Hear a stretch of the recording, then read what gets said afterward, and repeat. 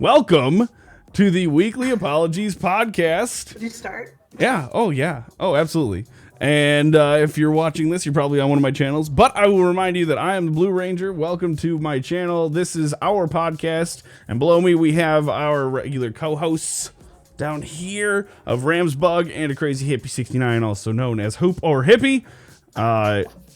Why don't you guys argue over who gets to say hi and you know? I already said hi. Yeah, I guess he wins. I guess he wins. I fucking win. What's up, guys? My name's Hippie. Broadcaster on Twitch. Love beater. Blue smell funny. Rams. Put your face on faster.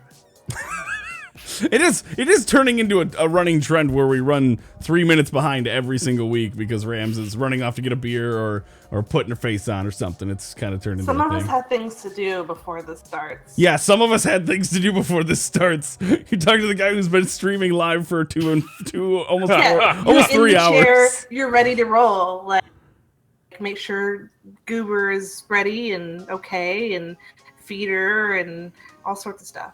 So Spawn is now Goober. Got it. And did she have a birthday or something? I forgot what we call her, so I had to just go with Goober before I said okay. Goober is actually what we call her in real life. So. Oh, well, there you go. There you go. I mean, it'd be weird if you called your child Spawn. Yeah, Little come here, Yeah, Spawn. we don't actually call her Spawn in real life. Spawn, let's go to the zoo. Oh my gosh. That would be bad. It'd be even worse if you kept calling her that in real life, even in front of friends, and then one day you dressed her up as Spawn for Halloween. Everyone would be like, "Oh, now it's just something weird." Okay. And now they'd be like, "Now it makes sense." Yep. Like, okay, I get it. Like, she's wearing her normal outfit now. I'm gonna paint my nails while we talk. Oh, is that how today's gonna? All right, here we go. All right. Well then, beauty classes with Ramsbug. Rams, you want to put your face on and do your nails? If I didn't say anything, you'd be like, "What is she staring at intently?" Let me go to a creative stream real quick. You just turn the camera down and Right. we'll put hashtag painting in the title. But That'd be the worst. I wonder how people would actually watch that. People watch the stupid things though, like yeah. they do. Yeah, it's true. I mean, come on. There was, 300,000 people or something at one point watching those two Google bots talk back and forth? Yeah, that was good. Yeah, that happened. Did you... Mads, That's what? my favorite typo ever. That's really my favorite typo ever. He wanted to say, honey, come here. And instead he said, horny, come here. Like, Right. it's just... You're it's just missing like a comma. It's just like a... Yeah. That's the only typo there. He's just missing a comma. He's You know, just missing a comma. That's the typo. I was chatting to Mags last night on Who's Mags? Hybrid Magpie artist on Twitch, and I went to send a message. I can't remember what I meant to say, but it auto-corrected to "fuck it, just do me." I feel like this is a story. The beginning was actually I was drinking while watching Mags, and then I typed. I mean, no, I wasn't drinking, but no. But I literally hate my phone. It honestly autocorrects the stupidest things. Like, I've literally added fucking to the dictionary, and it always puts duck in. Yeah, like shut instead of shit. I hate that. Right? It's the worst. Like, how many times do I say shut in my text? How many times do I say shut? But then one time I was typing, was it Virginia out, and I got Viagra. And I was like... All right, like that's like how Viagra. So in the world of like Verizon, like whatever your spell data bank is, when you could go, more people say Viagra than say Virginia. Like I don't know how that happened. So at one time, I swiped my keyboard on my phone over to a German keyboard. I don't know if you have a Droid, but like it's really easy to like move that for some reason to German. And then like I was just typing and not even noticing sent it. Don't know what I sent, whatever. And I was like, haha, that was weird. Ever since then, it always tries to autocorrect my words into German. It's like, why? How many times a day do I say like, hey, what do you want for dinner? Or how many times a week versus like, I don't know, fucking German. Like, what the fuck? The actual fuck. Das ist mein Flammenwürfer. Right? Mein Flammenwürfer ist Flammen. Oh, it's so stupid. I like your fake German. That's actually not fake German. That's this is my flamethrower. My flamethrower is flaming. It sounds like the only thing you would know how to say. Well, it's not, but it's the greatest because flamethrower sounds like flaming waffle. All I heard was flabben. My favorite is vacuum. Flammenwürfe. Look up vacuum and butterfly in German. Oh my gosh. Did haben. All right, so Just say it. Wait, what? vacuum in German. It's literally what I'm googling. Yeah. It's vacuum. No, it's fucking not. The German. It's VAKUUM. I think My English to German translator. Let's see. Let's hear it. Vakuum. It's vacuum. This is totally not. I'm on Google. Google translating it. That's why. It's not like I'm translating a sentence, though. I'm translating a Try vacuum cleaner. My bad. wow. You're yelling at me. I like how we're starting the podcast was like foreign language class Yeah, here we go. with Blue Hoop and Rams. I'm gonna play the readout, the listening part. Staubsauger. Staubsauger? Staubsauger. Yeah. Staubsauger. Fair enough. The thing. And butterfly. And butterfly is the other one? What is it? I have Butterfly's Mad. Who's Mads? Who owns Mads? Mads is that one of Hoops? No, I think he's. No, it's one of Blue's that became one of mine. I Schmetterling. don't recognize you. I'm sorry, Mads. Schmetterling. Schmetterling. Isn't that the cutest thing in the whole world? Schmetterling. No. I like the way that the Google Translate reads it though. She's adorable. Schmetterling. Oh, Schmetterling. Ryan just Robot got him. Oh, and the entire the entire chat just ripped on the screen too. The entire That's chat on great. the screen is gone. Right, just fucking gone. Just gone. It's like someone's teeth after getting hit in the face with a bowling ball. Oh, that's great. That's great. Just Tez and a Cameron at the top. That's all we got. Anyway. So, there's been stuff in gaming that isn't in German. Just don't know how we got here. There's been got to but autocorrect. Oh, because Hoop wanted to fuck Max. oh, yeah. Yeah. Oh yeah, the autocorrecting. Yeah. Yeah. So anyway, the one thing that's really come up this week that I want to touch on is in fact a Destiny thing. Let's just rip this off like a Band-Aid, get it out of the way. And that's the what is it? The microtransactions right now. I've never really been opposed to them. In fact, I've been in favor of them. I've purchased them with every update that's come out. I've tried to gather a collection of the armor because I think it's the coolest looking and they add the coolest like little ornaments and stuff to it. I love it. And this time around it took me out of my own, I paid the money for it myself, $80 to get a full set, and I got my last piece on my like second to last box out of $80 worth of boxes. How much are they per box? I think they come. What do they come to per box? Do you know, Rams? It's I think you can get one. I think they're about $2 a piece. Look it up, but you can. They're like $2 a piece. But the more of the currency you buy, silver, you get more silver. But the bigger packages you get, so the price would change. There is a little. It goes down a little bit more, but I'd say the base price is around $2. That's rough for a loot box. Yeah, it's not super cheap, and I think I bought somewhere in the vicinity of 50 of these boxes, and on my like 47th box I got the last piece that I needed, and I still So 1,000 silver for $10 is probably the average. Yeah, And then 1,000 silver will get you I think that anywhere gets you from 5 to 2 boxes, right? Because there's a $500 box. Is there a different price box now? I don't think so. There was Isn't there different. No, because there there used was 3 different boxes you could buy, but they were packs. There was a single box, then a 3-pack, and a 5-pack. So there is a different. If you do the math right, there's a way to get a cheaper price on them. I don't know what chat you're in, Mads, but you guys are just gross.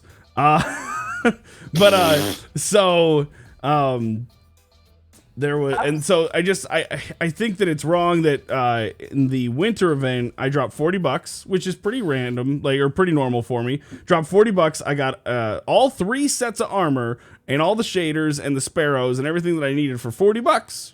Like, that perfect. I loved it. It was fantastic. What? But this time around I spent $80 and I still have a shader I haven't gotten yet, and I'm just like, that's so much money. But isn't there a bigger loot pool now? There is, for guaranteed loot. There's 3 shaders, 2 ships, 4 pieces of armor per character, obviously.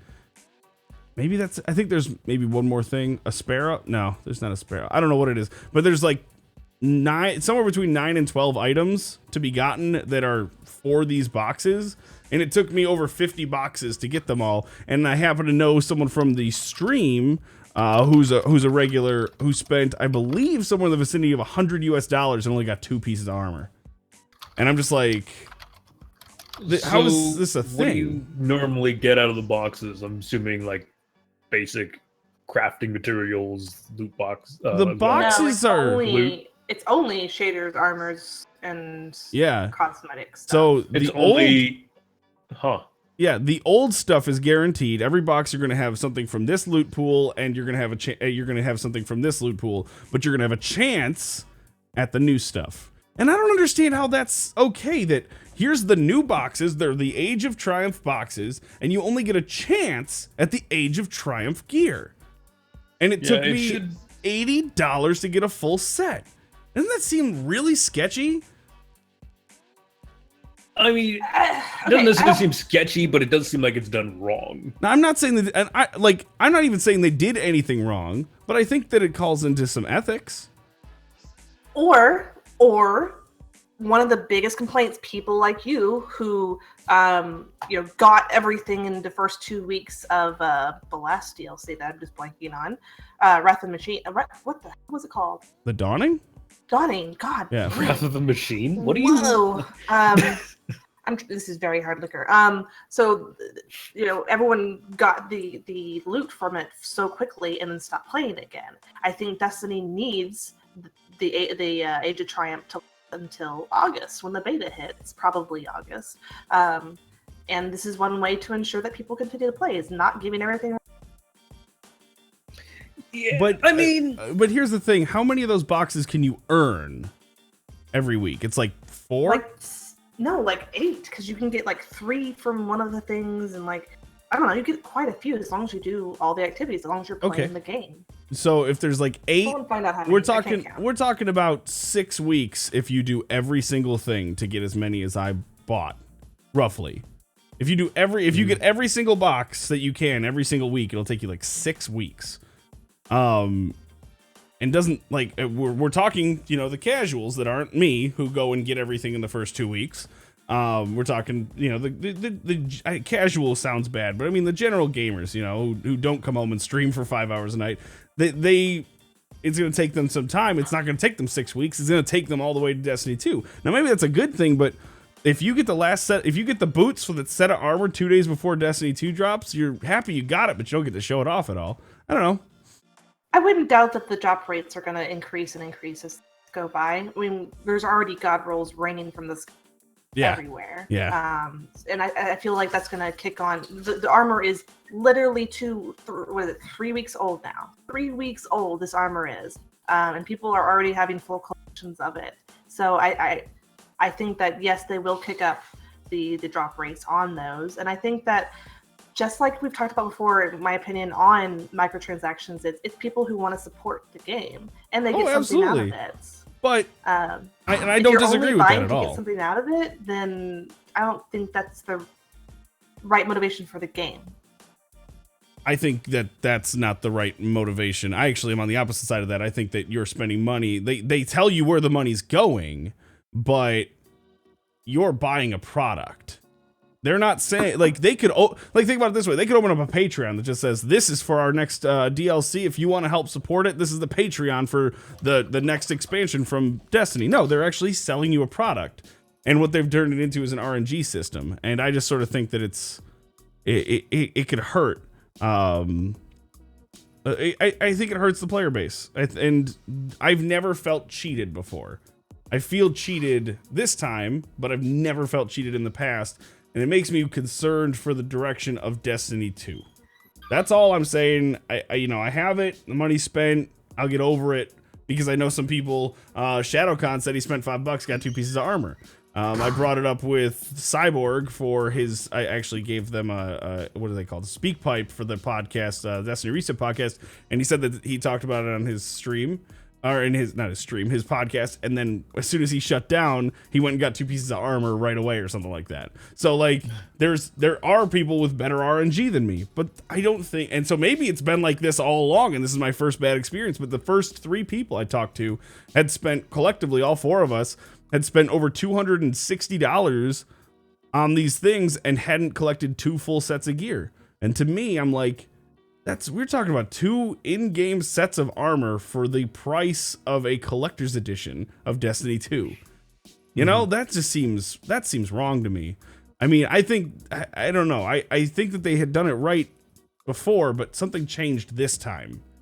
And it doesn't seem like they did it right. I mean, I don't know the RNG number.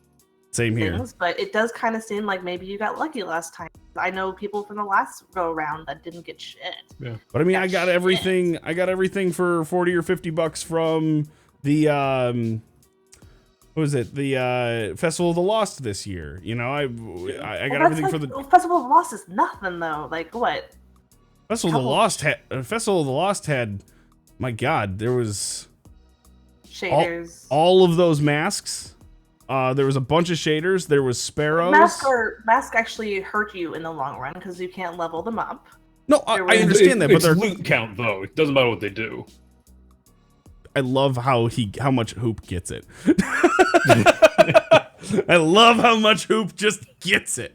Because that's really what it comes down to. Is it doesn't matter in general when it comes to that stuff. I just wanted the armor sets and whatnot, and the sparrows, and that's actually where they got me with the Festival of the Lost. Is I collect sparrows, and I had 1 sparrow I was sitting on that I couldn't get from them, the green sparrow or whatever, and I actually gave up, and I got it from a weekly drop the next week, and I was like, oh, that was lucky. So, you know, I may have just gotten lucky over and over again. It just this week when I talked to people who I know spend money on this game and spend money on the microtransactions, knowing that they're all disappointed, I was like. They may have changed the RNG number to make it, you know, a bit harder to get things, but they may have changed it too much to the point where it was a little too hard to get them. I don't know. I personally, I do feel like they did wrong with the 2 confirmed armors or items from a previous set. That's something you should do out of a box for a new set. You should at least make all 3 have a chance of being from the new set, but have a higher chance of maybe old stuff coming up. Not having guaranteed loot from something that's obsolete. Yeah.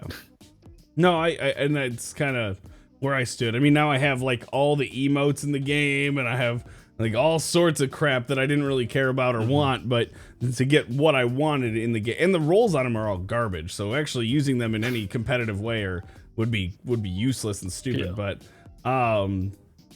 it took a while. So it took a while. But I just wanted to bring that up and get people thinking about it. And if you haven't spent money on the boxes, I would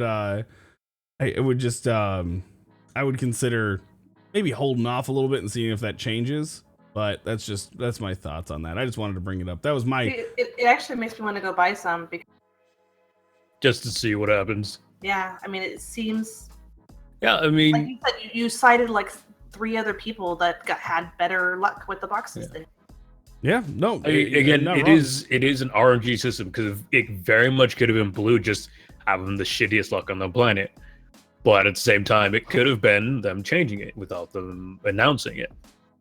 Either way, it's a loot box, and you're the one spending the money to risk the RNG in the first absolutely. place. Absolutely. I think the difference though is like in other games where I bought $20 worth of boxes in what was it called Gears of War 4, which I knew I wasn't going to play a ton of, but I like loot boxes, so I always buy I'll buy $20 worth for Overwatch, even though I don't play a ton of Overwatch. And I remember what I got from the loot boxes in Gears of War were like cards, it's the way a lot of games do it. And they were just different power-ups and stuff. It wasn't things that they advertised to me and made me want. That's the thing that Bungie does. They say, hey, here's the really cool shit you can get from these boxes. And then the RNG on them is so shit that I can't get into it. Yeah. I do have my experience with loot boxes is definitely through Overwatch. There's a few other games, but outside of that, Overwatch is probably my main loot box buying. That's only when new stuff comes out. But I will admit, every time new stuff does come out, I get 2-3 of the legendaries. I've gotten every single one of Winston's legendaries that come out of sets. I've gotten so many shit from Mei and different characters that I do feel like, I don't know, I guess I am more used to getting the newer stuff. So to me, Destiny's drive to give you the old stuff is just really weird. See, well, that's funny that you say that. I'm really excited. Drop coming up soon. It's going to look really, really cool for Overwatch. But B, I just recently started Overwatch on PS4 versus PC. And on PC, I have all the cool stuff, and I love all my gear, right? Well, on PS4, I had nothing, but it was during the Chinese New Year boxes. I didn't necessarily want any of that stuff.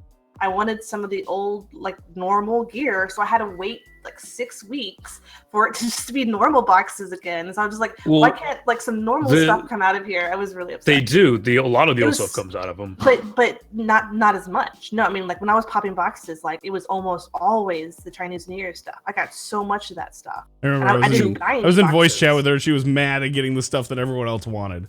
So yeah, no, it's totally understandable that that I do believe Overwatch does make the new stuff more prominent, but you still very much get old stuff. I've gotten so many fucking old skins like Tracer and shit out of the new boxes.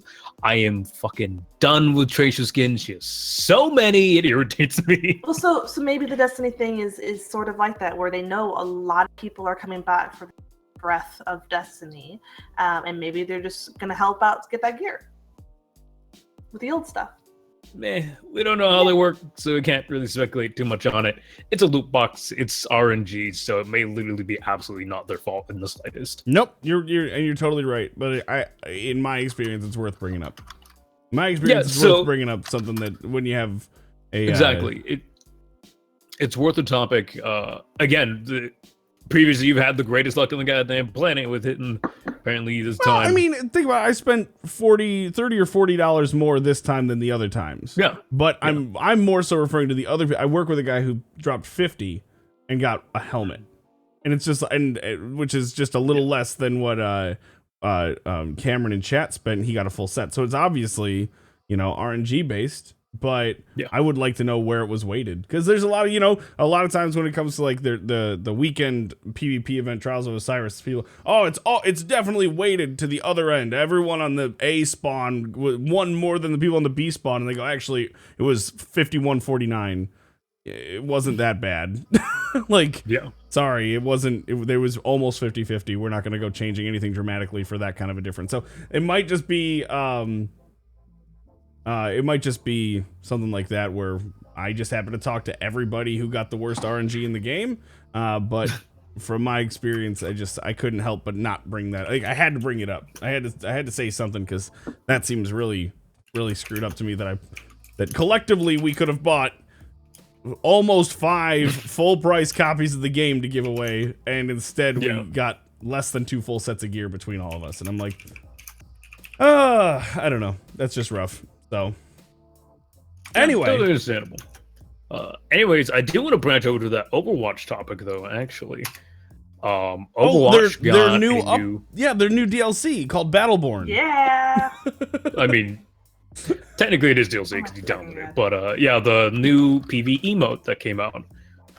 The first honest background into Overwatch in-game, which they did very well on. They did really good. Mm-hmm.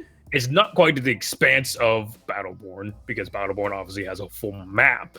This is just played on one of the multiplayer maps, but the change of look made it look different. It gave it a nice coating. and it runs really well. I thought they did a really good job with it. It actually makes you look really forward to the future potential of the PvE and story implements for Overwatch. I haven't played it yet, but it does look very good. Well, Junkenstein's Revenge was their first PvE thing that they did. But it wasn't really lore one. Well, it wasn't necessarily lore. Halloween. We can't really put that in the lore. Yeah. But it was insanely popular. I loved it. So much fun to play. So, I mean, just branch from there. It can only get better if they're adding lore into it. Oh my god. Yeah. Like now you have a story. Like you're actually doing things that had affected the world instead of killing spoopy Halloween robots. Yeah. Spoopy. And this is not a commentary whatsoever on the actual PvE element of Overwatch. I'm excited to play it. I put up a poll today, like I do sometimes on Twitter, to say what should we play. Do we play Overwatch or Destiny? And Destiny always wins by a landslide, and it was close today. Like, people were like, I kind of want to see more of that. And I'm like, oh man, I went with Destiny because I'm addicted right now. But I really want to try this event out because it looks fun. But my comment is, everyone's excited. It runs well. This is cool. I can't wait to see more of this. What if people had that open mind to Battleborn? Like, there's a full game of this that already exists. And it's just like, people are just like, ew, why wouldn't you play Overwatch when you're playing Battleborn? Play Overwatch. It's like, this is humor. Blizzard. I know. Yeah, so there's three things: Blizzard, the mentality, and honestly the way it plays. Overwatch does play differently and feel differently than Battleborn. Right. Battleborn, you're far spongier. You can take way more hits. The story is an actual story. It's not something you hop in for about 15 minutes and pop out of and like, yeah, I did a thing. That's cool. I'm gonna go do multiplayer now. Honestly, multiplayer is rough as fucking Battleborn. It's because the skill gap is stupid. The skill gap in Battleborn. It's stupid. It's League of Legends skill gap now. Yeah, it does have a League of Legends skill gap, which I figured that was going to happen to begin with. Even if it didn't reduce in population, I figured since it is more on the actual MOBA side of things, the skill gap would happen. And that skill gap drives people away from games, especially a game that looks cartoony and user-friendly. It doesn't work very well. So as far as Battleborn goes as well versus Overwatch and the characters, yes, you'll have a main in Battleborn, which one you prefer more than others, but generally a game like Battleborn is going to be, you're going to want to do all the abilities and get all the gear for each character, whereas Overwatch appeals to masses because there's characters that people can relate to.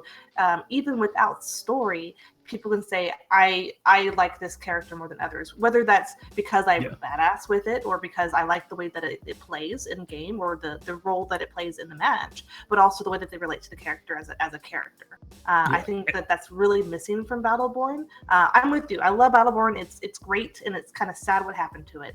But Overwatch just kills it with the way that you really do connect with these cartoon characters.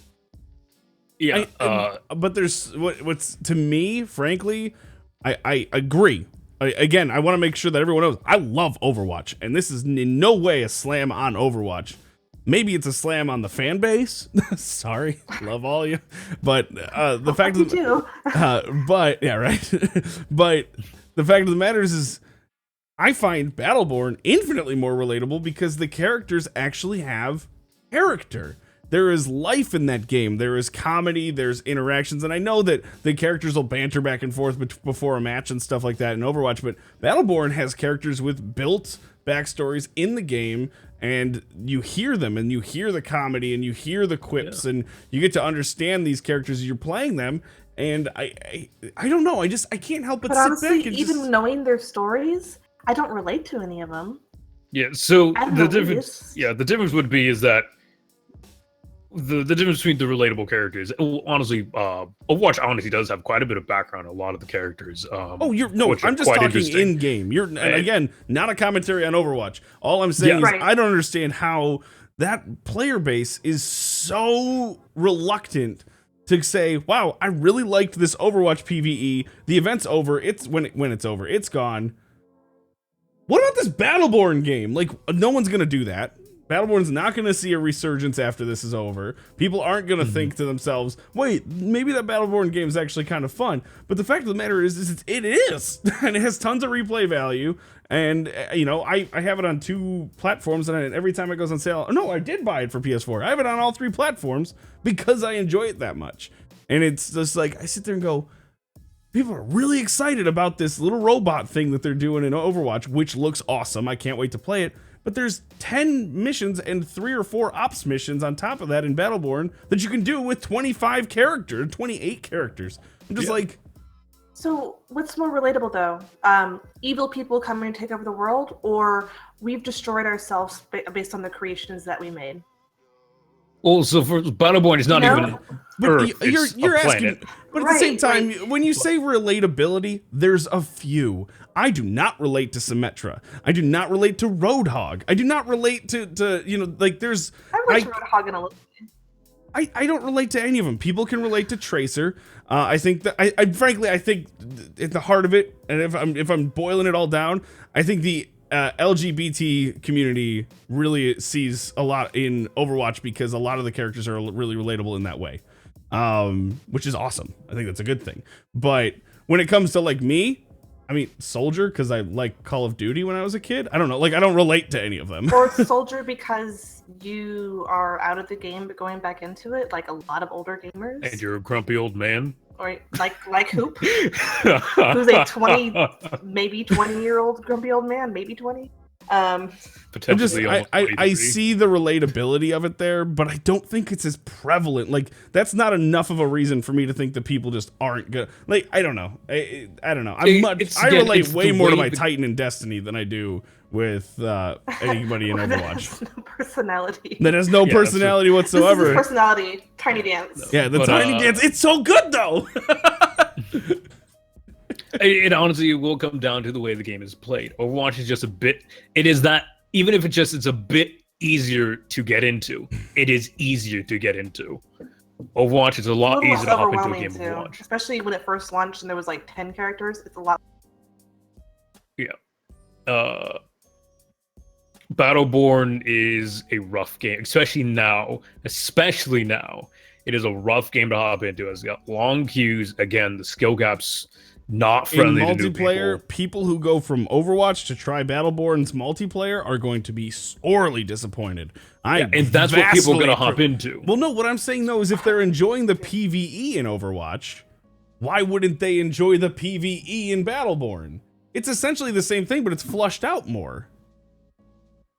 It's because it's functionality and fundamentally different. Because again, you can hop into an Overwatch PvE session and just have fun for 15 minutes, hop out with your friends, and you've earned something.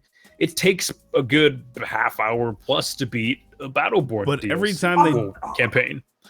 Also, as far as playing the actual mechanics of the game, yes. Overwatch is easier to get the mechanics down and be good at it. And then people have been playing it for a while. That's why they've introduced PvE later, is because now we know the mechanic. And PvE, we can now utilize those mechanics instead of just learning it within the game itself. That's why more people play it, is because it's easier. Again, another reason is that there are people who are going to be driven away by the more Borderlands style of humor. Battleborn is much more for its humor is far more, I guess, adult or mature. Generally less friendly to the 12-year-old who's going to hop into Overwatch and play as, I don't know, Junkrat or May and amazing, yay, and go shoot themselves because May's a bitch. I love Hoop's interpretation of children. They watch Teletubbies. They watch Teletubbies till they're 17, and then they just go to college, right? Like that's how children work. Dude, last time I saw a child. I actually saw a child earlier today walking to school. Whatever. Were you walking to school, or were they? They were. I live in a cul-de-sac. There's a school literally like 10 feet from me. Each child has a unique interest. My daughter likes talking heads. Other people's daughters like Dora the Explorer. Children have different tastes. And she's 2, by the way. She's 12. They're all the same. They're all the same. But no, all I was saying is I think that if people gave Battleborn a shot, to the people who were like, please Blizzard, give us more of this. Yeah. The thing is at this point now, people own Overwatch. They've dedicated themselves to the characters and the lore of Overwatch, and a lot of people aren't going to make the change. That's just how it's coming down to. At this point, people just don't want to. I guess I keep forgetting that people only play one game. Yes. I forget that a lot. Yes. I forget that a lot of people aren't streamers. They can't work the time in. They can't afford to buy lots of games, or again, they can't spend hours on end in a day playing, which again, it takes half an hour plus to beat a Battleborn campaign, when you could go hop into a PvP match or a PvE match and Overwatch and finish it in 15 minutes. The difference in time is ridiculous, and it's far easier and far more satisfying to get a game in an Overwatch. So to speak to Tez's point in chat, where Battleborn's adult humor, things go boom, attack this, die, so serious. I think people want serious games now. I think in the environment, in the world that we live in, a story like Overwatch, which is World War, which is based on discrimination, it hits with a lot of people. A serious story full of action. It's more relatable. Way more people that just play the game to shoot than care about the story. No, absolutely, I mean, you're absolutely right. But this isn't just more people play it because of action, because more people will play anything just because it's a good game, right? Yeah. But why is it so damn popular? Because it's a Blizzard title. A lot of people.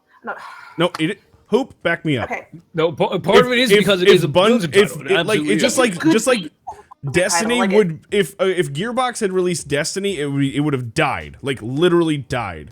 But because there is a Bungie fan base, Destiny stayed alive until they were able to fix it. But that's not the reason that it continues to grow in fan base. Overwatch. No, people that don't know gaming, don't know developers, don't know the name of Blizzard. I absolutely am serious. People that don't know who Blizzard is love this game. Because the popularity driven by the Blizzard fan base when it launched. Look, don't believe me? Go open up Twitch right now. Go open up Twitch right now. There's 3 Blizzard games within the top 5. Blizzard fan base is huge. Huh? They make good games, though. Those are good games. You're not wrong, but I listened to an Overwatch podcast, and I had to stop because they wouldn't stop talking about Hearthstone. I don't give a shit about Hearthstone. Exactly. Yeah. But Blizzard fans will play any Blizzard game you give them. Heroes of the Storm, not the best MOBA ever made. People love it. Still play it. Yeah. So part of it is because it takes characters from other games, including Overwatch now. So why isn't everyone playing Hearthstone then? They are. It's the #1 game on Twitch. Okay, Twitch is not gamers. Twitch is it's a 2% of gamers. Hearthstone is a mobile game. We always argue this. Hearthstone is on mobile now. It is one of the most popular mobile games out. It is. Do you think all the people that got it on mobile that never played it before know that it's a Blizzard fan thing? No, but why do you think they know what Hearthstone is? Because it was hugely popular because of the Blizzard launch. Yes. They know it because it's a top-selling app, just like any top-selling app would be, just like Clash of Clans. It's a top-selling app because of the Blizzard community getting the app. I think you're putting a lot of weight on the Blizzard community. I'm a gamer because of the Blizzard community, so yeah.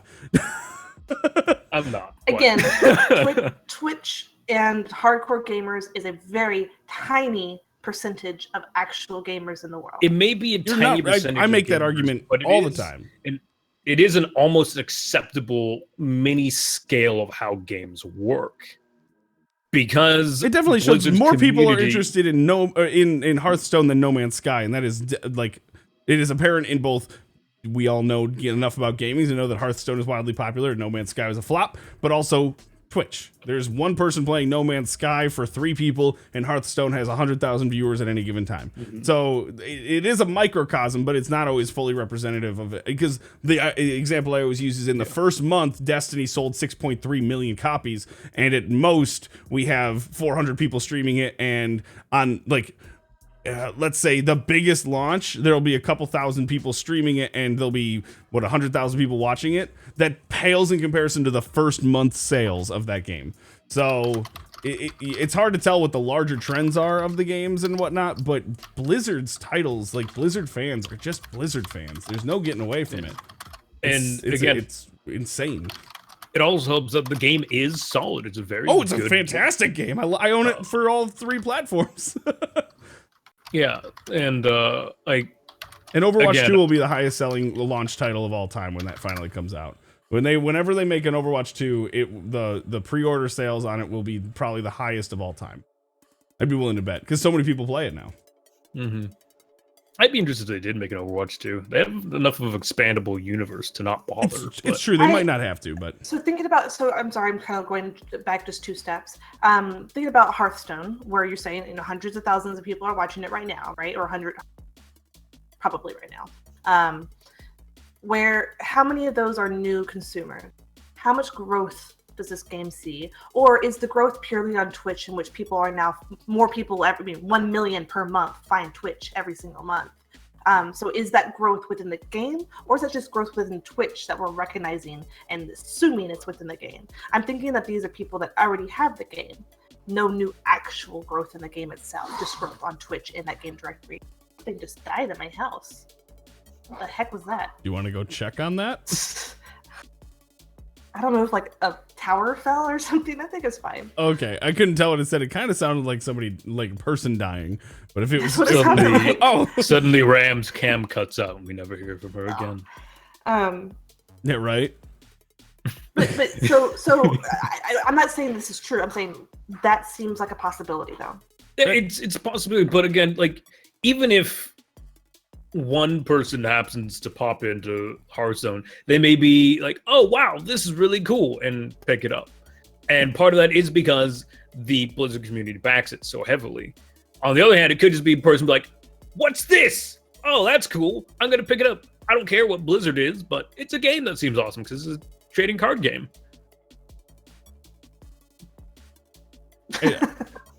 I mean, and like kind of like Gwent. Such a popular in-game card game that they're giving it its own release. It will peak over Hearthstone for a day when it launches because people are so hyped for it. It's not out yet, right? I don't think it's out yet. I don't think it's out yet. Yeah, neither do I. But when that finally launches, it'll peak for one day because people will be super hyped on it, and then it'll die off. But Hearthstone will remain in the top 3 spots on Twitch all the time. It's just... And that's not new people. That's because people bought the game and they don't buy other games. We're talking about viewers. I'm confused. Right. So I don't think viewer growth within that game is caused by new people playing that game, aka the popularity of that game. I think that's just people that already play that game finding Twitch. True. I can see that. I don't know. Again, 1 million unique viewers on Twitch per month. The odds of those viewers being Hearthstone players are high. The odds of those viewers finding Hearthstone and then buying it are lower. Like, we gotta go back. What I said is I became a hardcore gamer because of a Blizzard title, StarCraft and StarCraft Brood War. I'm so excited for the remake this summer. Oh my god. Oh my god, you just fanboyed. Oh my god, I'm so excited. It's a good game. StarCraft Brood War. Oh my god. Oh, I'm like, seriously, I'm trying to get this book down in Destiny so that I can just masturbate to StarCraft all summer until Destiny 2 comes out. Like, they better not change anything. Like, it looks like they just it looks like they just 4K'd it. Have you seen the video in the the trailer? I haven't, but I've been hearing about it. You want to drop it to me sometime? Feel free. It's so good. They just do that thing where they just swipe over like the old scene to the new, and it's full width screen and everything's crisp, and it's like, oh, so good. I'm so excited for this game. Good old Jimmy and Felix and Phoenix. Yeah, Phoenix. And Dragoons. Hydralisks. They dropped the Ultralisk in there. I'm like, I forgot about them. Like I was so excited for that game. But but that was the game that made me a hardcore gamer. I always say Halo made me into an FPS player, and that's where I am now with most of my gaming. But listen to me talk about this game that I played when I was 12. You know, I was like, that was my shit. Like I loved me some StarCraft Brood War. And it was the Blizzard title, and so I've been following Blizzard my whole life, and I didn't know what Twitch was until 16 months ago. So yes, in today's marketplace, Twitch influences a lot of people, and a lot of people play games and hear about Twitch streamers, and so they end up going to Twitch just to check it out and making accounts or whatever. But when Blizzard had a fan base going back, 20 years for me. So I don't know. I'm excited about this shit.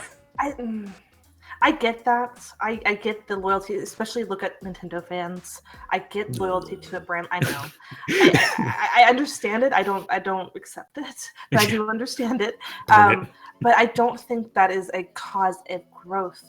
We're not getting more and more Nintendo fans because the games suck them in and as a child and they grow into Nintendo fans. No, if they gain Nintendo fans, it's because they played the game and enjoyed it.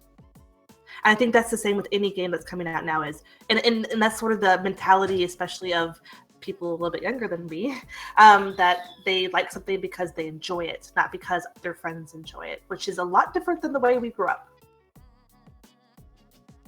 We being me and Blue, you're young Hoop, shut up. You're a baby. You guys are barely 5 years older than me. 5 years is a long time. I'm just saying. Not really. You'd be surprised. It's really not. In your 20s, it's a long time. I feel like I even watched like my old YouTube videos from a year ago and go, my God, what was I thinking? Like, it's just a year ago. But well, to me, it's nothing. I can say that because I have friends way older. So what you're saying is that's not the same as saying like one of my best friends is like 40, so like I'm in the same boat. But and then I'm friends with Rams, so but basically a 12-year-old boy inside of a. But I think more so, Hope, what you're saying is you haven't grown up. and that your life hasn't changed, and so you're still 16. No, I've changed quite a bit. I'm just giving you shit. For the worse, but yeah. Looping back around then, let me put let's flip it around then. Let's use all these arguments and think about things from a different point of view. So what you're saying then, Rams, is that if Battleborn was made by Blizzard and Overwatch was made by Gearbox, that Battleborn would be one of the top 5, or Overwatch would still be one of the top 5 games on Twitch, even if they were made by different people. Not necessarily, because I touched on some of the reasons why. No, let's hear me out. Touch on some of the reasons why I think it's maintained this popularity and growth. It's definitely grown in popularity. That's what I was talking about. But as far as initial popularity, there is something to be said about that fan base. I think that's what caused initial popularity, absolutely. Also, I think that money and advertisement and promotional material has a lot to do with how a game does right off the gate, and Gearbox doesn't have the same weight as Blizzard does in those respects. Nope, you're right. So that's just where I wanted to go with that. No, absolutely. I mean, I do think that the fan base helped out of the gates create hype for it. But just like all other games, word of mouth is what causes popularity. Reviews is what honest reviews. I think that the average consumer nowadays can see an honest review versus an honest review and know it for what it is. I like what Tess just said because it's the wrong word. Any adversity. Battleborn barely got any adversity. Oh, Tess. Advertisement. Advertising, you mean? It got lots of adversity. It continues to get adversity. Battleborn really did lack in the advertisement category compared to Overwatch, because Overwatch, Blizzard has a way bigger budget for that than Gearbox ever could. Not to mention, they have a bigger audience for those advertisements. Exactly. All you have to do is throw you use the Blizzard launcher. All you have to do is put new first-person shooter coming to Blizzard. Here's the beta on that, and you now have 30 million players. The other thing is you got to look at like the launch trailers. Like Overwatch's launch trailer is way more friendly than I feel Battleborn's was, in terms of like everyone friendly. It introduced a bit of a not necessarily nicer, but just kind of it felt more welcoming than Battleborn's opening trailer did. Oh, I thought Battleborn's opening trailer was one of the coolest things I've seen in a game in years. No, I'm not saying it's not cool. I'm just saying the vibe you get from it, it feels more mature than Overwatch. I'll give you that. So to loop things back around so we can talk about the Overwatch PvP or PvE, I implore you, if you haven't played Battleborn, to wait till it goes on sale and then pick up the digital deluxe edition for between $10 and $18.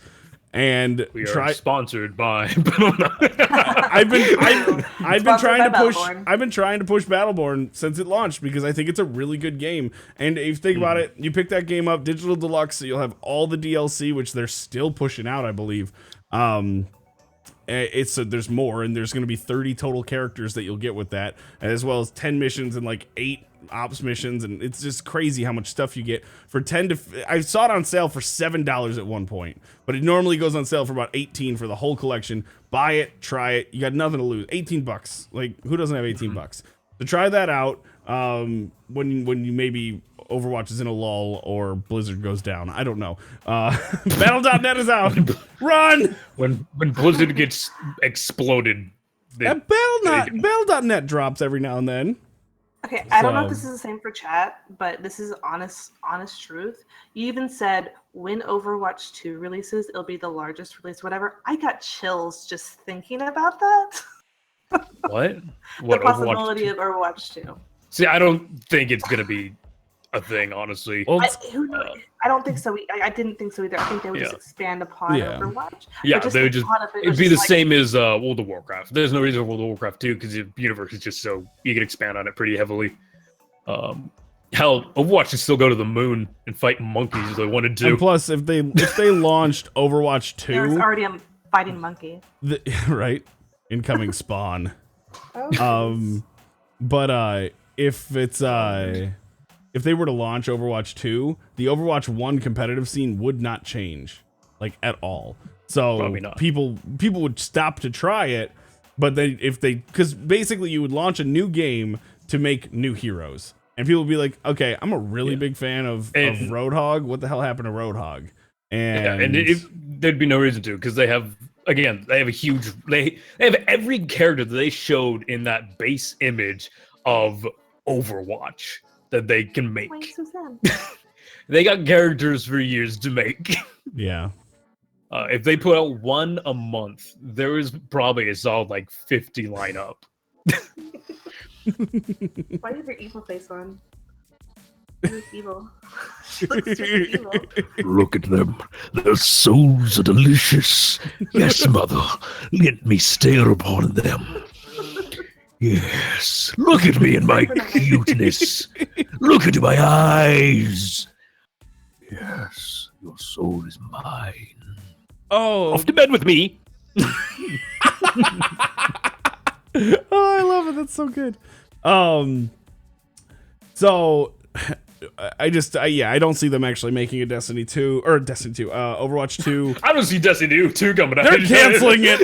I'm not getting a refund on that pre-order or anything. That game's just dead. I don't see them making an Overwatch 2, just expanding on it. And I do wonder if eventually they'll start retiring characters, because they'll have so many that you literally can't balance. Let's say they get to a point where 6 years down the road, they have 87 characters. And it's an FPS. You can't balance all of them. Something's going to be broken. See, that's where that's not really true, because League, Smite, they have an insane roster. So, whoa. Why do you need 80 characters? Like, why even add all these characters? Instead of making Overwatch 2. We're saying over time they're going to keep adding characters, obviously. They continue to add modes. They could add modes. What? You're right. But I'm saying, I was just spitballing stuff. Yeah, we're going based off of characters. We were talking about characters while you're playing with your spawn. I think, Destiny 2, you're going to have a brand new character. I think it's an okay thing. You are connected with your Titan. I've played my hunter since day one, and I'm a fan of hunters. But as far as my hunter, I can't see there's no personality. It's a playable character to play the game and interact with other. It's not a character in itself. So if they take away Zenyatta because he rusted up and died, you'd cry yourself to sleep? Now, bear in mind, we're a year into the dev. I'm talking about like 6 years from now. They say they give us story elements that say Zenyatta and Zarya died in a conflict, or Zenyatta got repurposed as a vacuum cleaner. I don't fucking know.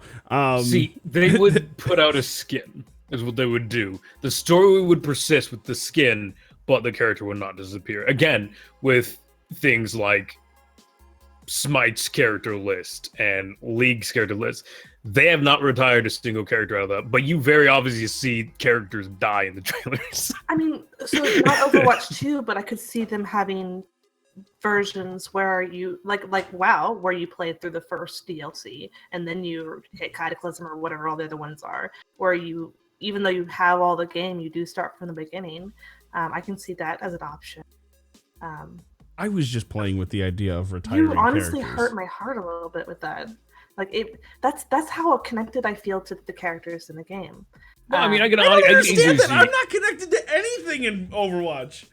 I literally my favorite game mode is 6v6 Mystery Hero because I don't give a shit who I play. Heroes. Absolutely love Mr. Heroes, but like even without knowing the backstory right now, I love Lucio. Like that character's amazing. He's fun. I'd party with him. Like that's as far as but those two sentences, even like how game this concept of character that has so little lines, no backstory, and you just shoot other people with them. You already know that type of personality that character has through very little interaction. I think that's pretty cool. I feel the same way about like. I'm gonna draw more comparisons. I'm gonna get eye rolls for this. There we go. I wouldn't want to party with Zavala. He seems like a buzzkill. But he has a ton of lines and story, by the way. That's true. I don't know. I'm saying I would party with somebody is like. Yeah, do you remember Steve? Yeah, I remember Steve. Yeah, he was a cool dude. We should party with Steve. Like I don't know. But would you party with Zenyatta? I mean, of course he's about it, so like outside of. Dude, he does a mean keg stand. Dude, he is the light shows Zenyatta can put play off. Beer pong with Are you kidding me? 100%. Give that dude some disco balls. Light shows for days. But you know what I mean? Light shows for days. Nice cam, Rams. What the heck just happened? Cam got too drunk. Your Cam went and partied with Lucio. but I mean, come on, you guys can counteract all, play devil's advocate all you want on this point, but you have to remember too, I don't even though. know what the point is. Here's the thing: me and you are on different sides of this, Rams, and that's okay. Hope's in the middle. You're very, very connected to these characters, which most people are not. I would be willing to. I kind of want to pull on this. Okay, Scott, who sat here and screamed like a girl to not Teletubbies, what are they, Furby things on Monday? He loves Overwatch. Scott, if you're listening, I'm pretty sure you're not emotionally connected to any of those characters. I know Scott well enough, and he loves it. He came in here and said, I want to play more Overwatch. And I was like, I'm going to have to stream more Overwatch so you can get in here and play it. He loves the game, but I don't think he's like, my God, do I want to be best buds with Torbjorn? Okay, so emotional connection is probably, really, really far on the right. And I think I have a slight emotional connection to some of the characters, which is probably abnormal. But outside of emotional connection, I'm talking about knowing a character and developing a sense for who they are, which I think is important to character development. We've gotten more character development in, like, again, a character that we don't even know a backstory to yet, has very little lines. Just pure knowing who that character is as a person, then a lot of other characters. Well, we have to run down hero shooters then, because most games don't have as many characters. That's really what it comes down to, in my opinion, is that there's a very small genre in which these fit into, and I sit here and go, in Battleborn, Galt, I know all about his personality from playing through the story and playing as him as a character. I understand what he thrives on, what his drive is. I understand all that from playing the game. So, but you also unlock story for him, and you've seen story for him. And Overwatch Blizzard is constantly putting out these shorts. Right. and so I'm talking about characters. So I think people do have a connection to Bastion because of his short, and to Soldier because of his short. I think that is more on the emotional side. But a ton of other characters do not have a short right now, and yet I wouldn't say emotional. I'd say you understand where they come from. Understand where they're coming from, exactly. Like, you can get a feel for who they are as a character. I guess the feel is it's not a built background. It's a background that you can kind of piece together and maybe speculate on your own. So it makes you a bit more dedicated to their story. Unlike Galt from Battleborn, where you know what they did, you know how he got there, and you know who he is. You can't really think, oh, but maybe he did this in his life. Maybe this happened to make him do this. You know how he became. Is that the big black dude with the shotgun? Yeah. The idiot? Yeah. And I like for Reinhardt. I'd say Reinhardt, honestly, I'm someone who enjoys medieval gaming. So when it comes to Reinhardt, he's kind of my spirit animal. Let's be honest here. Big hammer, giant suit of armor. It's fun. Now, if they killed Reinhardt, I'd be like, whoa, shit, dude, he just died. All right. Well, great. But first of all, they wouldn't remove him from the game. He'd still be a playable character. They just give him like a gaping hole in one of his skins for his armor suit. And I totally understand like people like, oh my god, Reinhardt died, but that's not most of the community. It's not. I don't feel most about the emotional. I feel people can relate again. Like Reinhardt's the working man who does things. Working man holds a wall. Working man supports people around him. Working man uses hammer to nail other things. People who are playing do not have that emotional connection. I absolutely agree with that. But I do think that having that element of emotional connection available for people that would utilize it, that's a weird way of putting it. I can't think of another way of putting it. I think that opens up that game to even more people to play in it. I can't tell Blue's nodding because he thinks I'm completely. I didn't get any of that. Is my mic really cutting out? Yeah, it cuts out at times for like. Let me unplug it and stuff. I'll do it. I don't know. It's been like. Do your best Reinhardt for me. Hoop. Do your best Reinhardt. I can't do Reinhardt. I can do Torbjorn, but I can't do a Reinhardt. It bothers the living crap out of me. Oh, that sucks. I'll be your shield. Right. Just I basically just put the big Reinhardt head on you because it was funny. Right. No, I'm a Reinhardt fan myself. He used to be my overlay. So yeah. The characters are cool, but I don't see emotional connection to them through most. I totally understand what Rams is saying. I do see they made characters. They make characters. They make characters of all shapes and sizes from all over the world with all sorts of backgrounds. Yeah. And it's easy. Like I know, it's easy to connect because they're human. At the end of the day, Reinhardt takes off that armor suit and he's an old man. And he poops. He poops. Probably in the suit. I think Ram's mic is completely gone at this point. Yeah. Rams, you're silent as fuck. Go into Tracer Discord and reset it up. Tracer may blink around, but at the end of the day, she goes home to her girlfriend? Tracer, yeah. Girlfriend, yeah. I couldn't remember his wife or girlfriend. She still goes home to her girlfriend. And, watches TV. Winston sits down and eats peanut butter.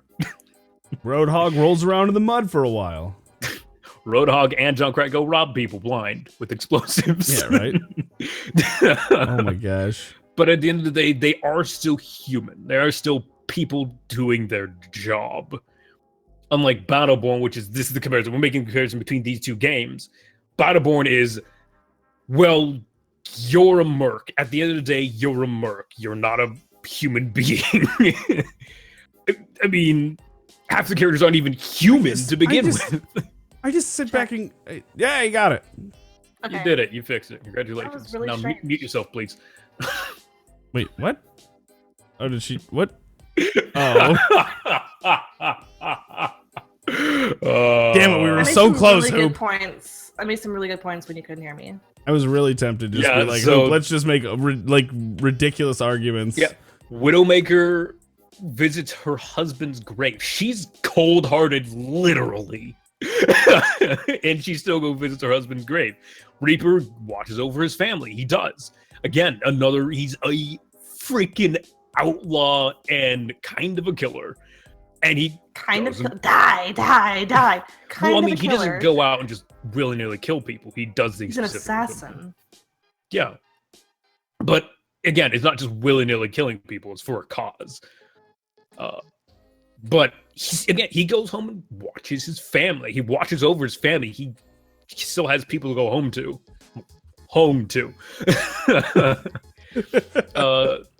/ stalk. Well, when you can turn into an invisible mist cloud, stalking's pretty easy. And hell, like, Lucio's a DJ, Diva's a game player, and they're like a movie star. You see their backgrounds, and again, you see their human side throughout the game. And again, Battleborn just doesn't have that part of the relationship. It doesn't give you the human side of being the character. Can't be like, yeah, I can see Lucio just, sit back watching. I don't see anyone in Battleborn except maybe Tango Foxtrot sitting down and watching TV. Whiskey Foxtrot, yeah. Whiskey, you know what I mean. I knew what you meant. Wanted to correct you. Wanted to be right for a change. But no, I hear what you're saying. I just, yeah. I do appreciate all that about Overwatch. I guess I think that I don't want to give too much weight to Overwatch being like hyper connective to its player base. Yeah, it's not crazy connective. It's not, honestly, I'm more connected to like my Fallout character than any Overwatch character. And you know how I play Fallout. Fallout's an extremely immersive game, though. I mean, true. Again, it's a game built around immersion. Where I think that it's unique that a game like Overwatch, which is pure PvP, well, used to be, it has that same sense of a little bit of immersion. And you may say that it's not Blue, but I do think that the overall story in itself is very connected. Like even on a subconscious level, where discrimination of the robots, Omnics, there we go. She's literally teaching me the lore right now, for the record. You never looked at the lore? No, I didn't, because it's a PvP game. Yeah, it is a PvP game, but honestly, I think you should take a little bit of time to look at the comics are awesome. Yeah, so the overall story is Omnics, the robots, were sort of stop it. Sorry, my cat's eating my cord. Super AI computer Skyneted the fuck out of the planet, taking over all of the super AI military robots and shooting the shit out of everyone who got in the way. And so even the peaceful robots were then discriminated against in average day society, rounded up and shot and that sort of stuff. That's why it's interesting, and you hear a commentary about, how Zenyatta and Bastion are playing with the human characters and things like that. So. Yeah. And then so like Lucio, he's a DJ, but he also has a message of like hope for one of the worst parts of this world war, where he's trying to spread positivity in literally the worst possible area you could be in the world. Things like that. Hell, even Junkrat and Roadhog have some kind of connection. They Junkrat found each other. Apparently has a potentially world-changing secret. And that's why he hires Roadhog as a bodyguard. Like, Junkrat's just a crazy dude. But they give him some kind of purpose in the story by he potentially has something that could literally change the face. Well, in the news, Overwatch. like, plays their stories each week and what Roadhog and Junkrat are doing each week as far as like, killing people and murdering and stuff like that, because it's like, it's entertainment for the masses. To have these criminals on the loose. Yeah. It's Yeah, it's just stuff and things. That is all super fucking cool. I'm being serious. I love it. Yeah. I'm being serious. No, I'm not being a dick. It's hard to tell when you're serious. I know. I'm being 100% serious. That is all super fucking cool. The same way the Destiny lore is super fucking cool, but you gotta go find it. I'm not wrong, Rams. You have a copy of the book of God, why am I losing it? No, yeah. Again, it's the Book of Sorrows printed out because it's so good, and I would wager a bet that if there's 1 million people playing Destiny today, that 900,000 of them have not read through it or know very little about it. And I think the same goes for Overwatch. Everything you just told me, awesome, but I don't know less for any Overwatch of it because of the shorts, because they have. So I watched the Bastion one like last week. Yeah. Again, the difference is Overwatch does kind of put it up there for you to see, though. They put it on the front page like, hey, this new lore thing came out. And whether you click on it or not, it's up to you. Sometimes you just want to hop into a game, which is totally understandable. And the hidden things within Overwatch themselves that are part of the lore within each level, I think draw people to talk about it. Yeah. Like, especially, I'm thinking specifically of the Genji Hanzo fight, where you go into that level and you see the remnants of their fight. You see arrows. Or now with Numbani and Doomfist wrecking the airport and Orisa showing up. Yeah. You see that Omnic stuck in the wall now. Like, there's a reason for that. I think a lot of more people will go like, why is that robot suddenly stuck in the wall? By the way, Doomfist will never be a playable character. That's my prediction. Doomfist will never be a playable character.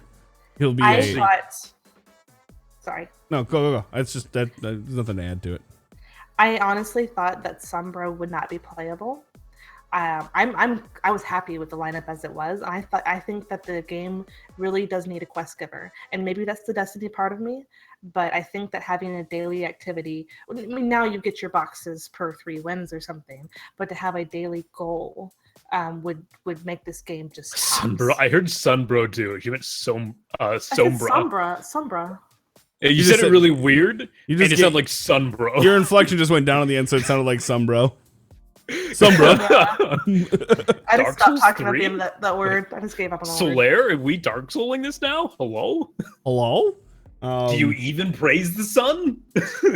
But no, I think this guy does. Perhaps the Doomfist thing is the direction they're going with more PvE content. I don't see Doomfist has way too built up and way too in our faces to become a playable character, because think about how much larger than life we've made Doomfist in our heads. Like, think about how big and how powerful Doomfist is in our heads. Now he's just somebody you can play, and he is balanced with everyone else. I don't see it being a playable character. Well, so previous Doomfist has been super broken, overpowered, and god tier, basically. New Doomfist may be a dude who happened to get the fist and now is trying to rebuild that legacy as him. Who knows? Maybe Doomfist in training. Wouldn't that be kind of disappointing, though? Think about I'd totally be. To the masses, you've learned about this Doomfist who has been fucking shit up, and you've been hearing about it for a year, and all of a sudden Doomfist shows up, and he's a playable character, and he's Junkrat with a big arm.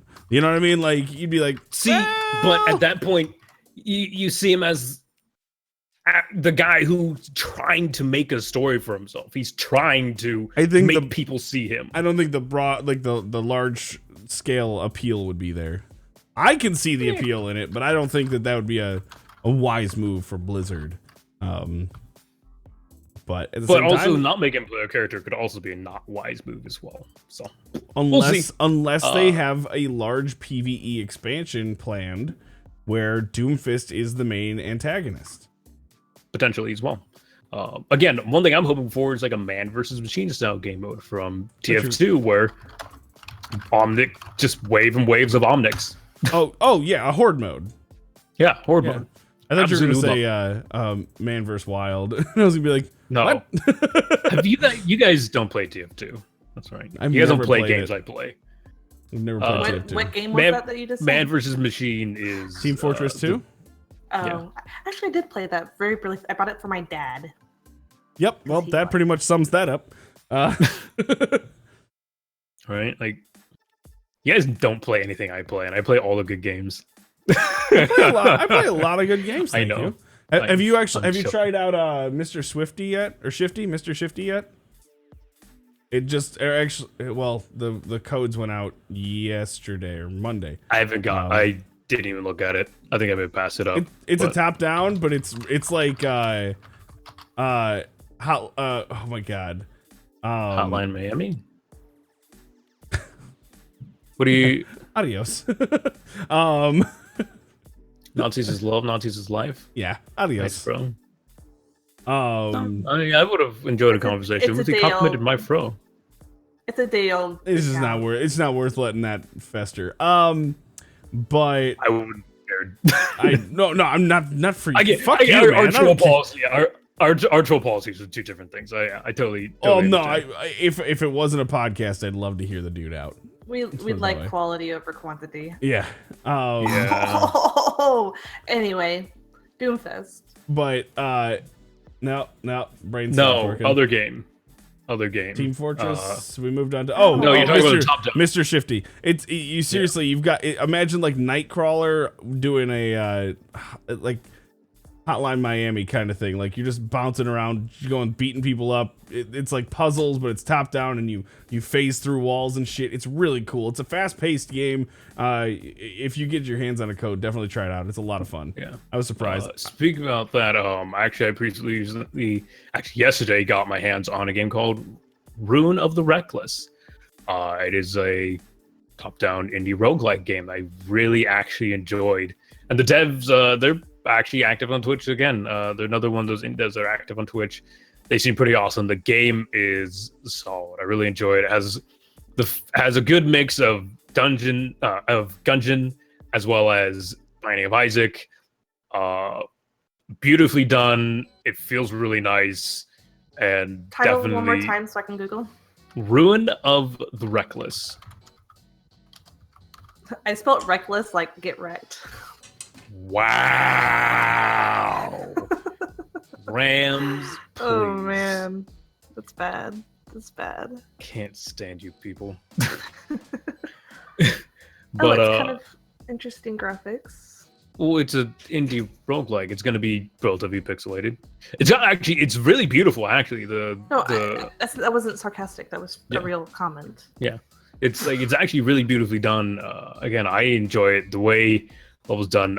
You're a person who died, and you're trying to get to the top of a tower to make a wish. I don't know what the wish is because I've gotten to only the floor 8, and you get of course, you get your usual randomized loot as you go through levels, different weapons, different spells, different equipment.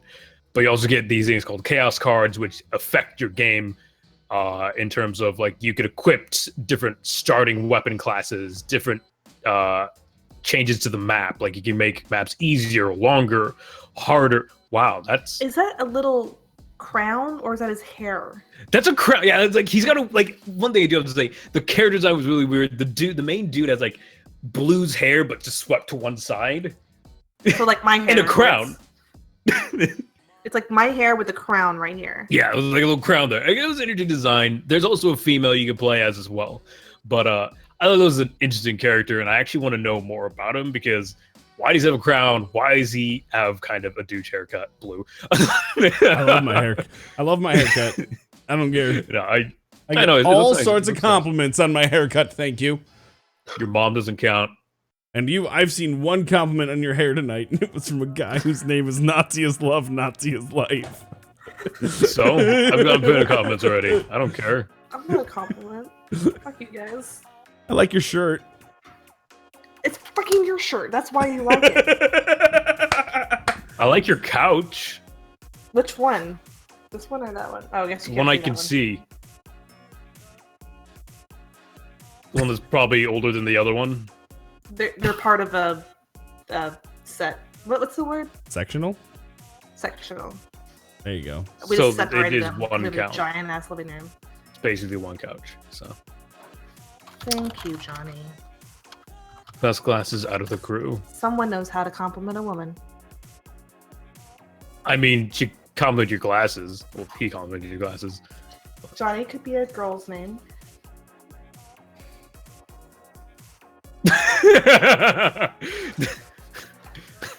Your parents hate you if you're a woman named Johnny.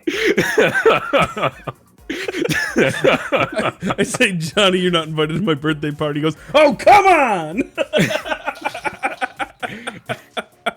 I love it. But okay, so you're excited about that game. When's that? Or you got it already? I have an early release. It comes out on the 26th.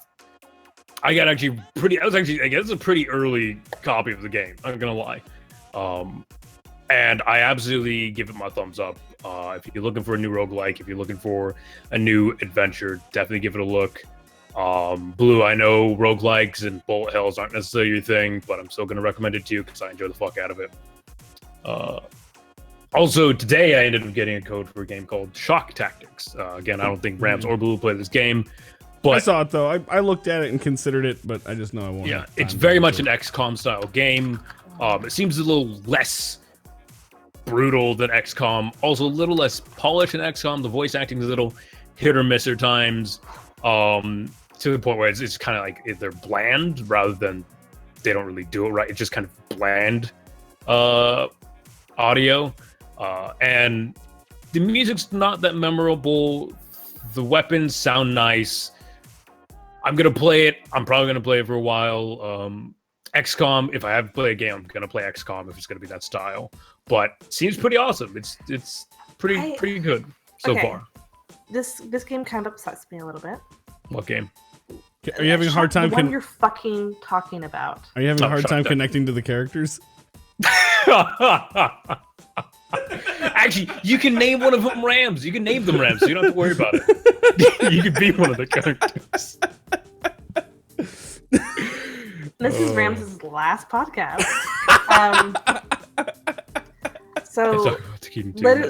Whenever you mention these games, I like to look at them and see if I have any slight interest in them. So when I Google this, literally all the results in this page say something to the effect of XCOM lookalike Shock Tactics is released. Yeah, because that's honestly the best way to describe it. I know, but give us something original. Such a shocking similarity to a game that still not everyone's playing tactically yet. shocking similarity. Yeah, that's why I said you guys probably aren't gonna care about it. It's for the XCOM crowd. Absolutely is for the XCOM crowd. It's not much of a change from XCOM. It is different. So for the XCOM fans, why play this instead of continue to play XCOM, which is a fan game? It's easier to get into. There is differences in terms of the world map travel. You're actually exploring a world rather than, going from one point to another on a set map. It functions a little bit differently. Again, it's not as brutal. It is not as brutal as XCOM, and you're not fighting. Well, I think you do fight some aliens. I've seen some creatures. I don't know if you fight them yet. Again, I only have about an hour of gameplay in it. I played it just before hopping on the podcast. But there's some changes, and again, most people who've played XCOM at this point have played the living crap out of XCOM. I've played the living crap out of XCOM, Long War included. And it's nice to see something a little bit different, even if it's just a different skin. It's a change. I'm not gonna lie, I don't even see the appeal of the XCOM games. It's understandable. I actually do. I see it in a slight way that Darkest Dungeon may appeal to non-fantasy people. Like, I think it's that same, a little bit of RNG, a little bit of action, a little bit of characters, just a little bit of everything. A lot of fucking RNG. Yeah, I say a little bit of RNG, but it's mostly RNG-based tactical thing. Darkest Dungeon is the same way, and we both enjoy that game. Yeah, again, I also my number one game is Final Fantasy Tactics. If you're not growing up on a tactics game, they're not gonna necessarily be your cup of tea. And I'm not. I know I'm not. I mean, no, that's just an RPG. Yeah, no, I'm not. There's a difference between an RTS and a turn-based strategy game. Honestly, well, I was gonna say, I played Legends of Dragoon when I was 13, and I was like, nah, it's just an RPG. Yeah, that's an RPG. There's a difference. But yeah, so it's totally, I understand. It's not gonna be a cup of tea. It's not gonna be a cup of tea. I'm gonna put it out there. I enjoy it, so I'm gonna put it out there. No, absolutely. I'm not saying you shouldn't by any means. I did get something that's going Why are you suppressing me? Because I'm leaving that one alone. Are you racist? Uh-oh. Are you racist? Is it because you're white? Them frame drops, though. What'd you do? I don't know. Oh, I know what it is. Are you updating your driver? No, I had Twitter open on my notifications page, and I had the thing of you tagged me with the waving GIF, and for some reason that GIFs slow down my stream for some reason. I can't have them open on a browser, and all of a sudden it's like, yeah, it's weird, but the code that I got, I've actually had a couple recently. I'm excited to get to, but I think Saturday morning, unless something else comes up, I'm going to spend all morning playing Bulletstorm Full Clip Edition, which I got onto the media team for, and I am honestly so stoked about. Yeah, I think it's really cool they released it. They didn't really change anything. It is unfortunate that Duke Nukem is only for pre-orders. That is really crappy. I'm sure it will come as a DLC later on. Yeah, I do hope they at least do that. At least put them out $5. You can play Duke. Well, right now it's super broken. It like comes with a thing that says, "By the way, we are aware that his lip syncing is just wrong." Like, so it's Duke Nukem. He's never functioning because properly. I thought that he was just a Duke Nukem skin over the main character. It's not. No, it's it's actually they'll walk up and they'll be like, "All right, we gotta get to the next objective." He'd be like, "Let me get another beer, then I'll get into your pants, then we'll go." And you're just like, "Wait, what? That's not the line." Yeah. Like, and you're just like, he does actually change it a bit. And that's so awesome. That's the code I got was for a pre-order, so I will have the Duke Nukem thing, and that's how I'll be playing it through. And I'm so excited because I loved that game, and the only reason I didn't go back and replay it when I bought it on Steam, I was gonna play it with Hug, didn't work out. I've told this story 1,000 times. The reason I didn't go play it solo was because I knew this was coming, and I kind of want to re-experience it. I got it when it was new, and now it's like 3-4 years later, and it's not new anymore. And I'm like, oh, this is gonna be so fun. I will say the game redone looks really beautiful, but it does still show its age in the terms of it is a very linear first-person shooter. No jump mechanic. I'm okay with all of that. I've been constantly bitching about how there's not enough linear games. Like, I love this kind of game. It does make me wish that they would put out a second one, because the game looks really beautiful in new graphics. It does look very nice with the new graphics. Well, the story leaves you off in a position where you can have, what is it? Where you can have a second game. Yeah. But the company died or the game died, something like that, and they just never made it. But maybe someone will pick it up someday and make us a Bulletstorm 2. Who knows? Maybe it'll be Duke Nukem and take Gearbox has it, so Gearbox could make it.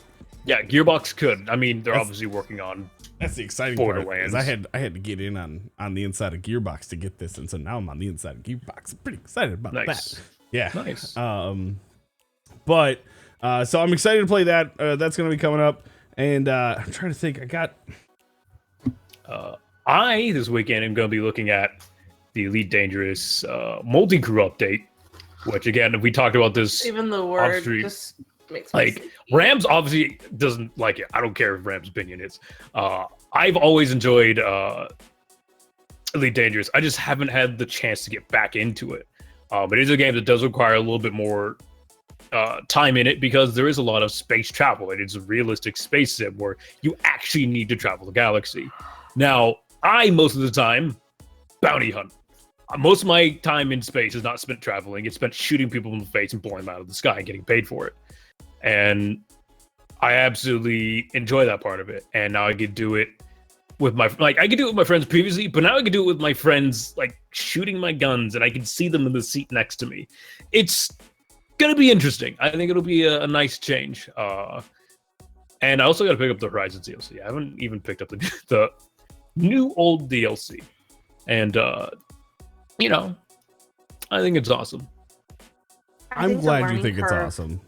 I think the learning curve on basic mechanics of that game is so huge. If you it's a realistic space sim. I expect no less. $80 fucking flight stick. Yeah, I have mine down here. That game is unattainable for most gamers, and it's also not a game for most gamers. It's a realistic place. You do not jump in that game. You're like, I'm just gonna have a party. It's not for that. It's for people like me who enjoy the immersion and will take the time to actually do the immersion. and we talk about a it's game. actual immersion where when you're traveling the speed of light, you're literally traveling the speed of light, so it takes you 80 fucking light years to get anywhere. Sorry. Yeah, if you're doing trading, I go maybe 10. You can buy Duke Nukem for $5, apparently. You can't buy Duke Nukem. Boom, there you go. Problem $5. Okay, But- but what about Duke Nukem 3D? Oh my god. So, What? on to a game that is relatable by almost everybody on some capacity, either as a player or as a viewer. I love PlayerUnknown's Battlegrounds. That game is so much fun. It has It is everything. I know that you're not a huge fan of the Battle Royale I'm games. not a big. Yeah, but I'm not a big Battle Royale guy. As somebody who loves the chat communication and a little bit of serious tactics in a shooter and stuff, I'm terrible at it. Horrible at it. Oh, let me just Rams just. Yeah, there you go. I'm horrible at this game, and I still. Oh no! Oh, I broke it. I broke it real bad. Wait. What'd you do? I tried to red. Okay, we're good. I tried to red X hoop, and I grabbed the whole overlay.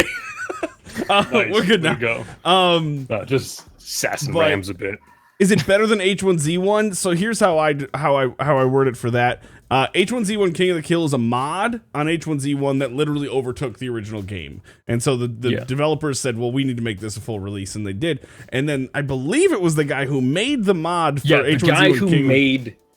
the guy who made it was like, fuck it, I'm gonna make my own game because he can make money off that. And he's going to, and he has. And also, he's no longer supporting H1Z1. Yeah, he doesn't support so it, all H1Z1 is as max as it's going to get right now. No more fixes, and it's full of bugs. King of the Kill, that is. H1Z1 is a game, but no one says that though. No one's playing H1Z1. I just wanted to be clear. That's all. But it feels like a full release. Pubs, as a lot of people are calling it, Pubs feels like a full release. It feels like a flushed out game. Hell, for fun, I landed. It was like, I don't know what this island is in the top right corner of the map. I'm just gonna go there for fun. It's the island you spawn on when you first are getting match made. And I swam all the way to it, and I was like, oh shit. This is actually a place you can go. I died there because I was way out of the playable area, but it's just neat. And there's boats, multiple cars. The weapons are more complex. It's not just like I have an AK now. You got all these different scopes that you got to worry about.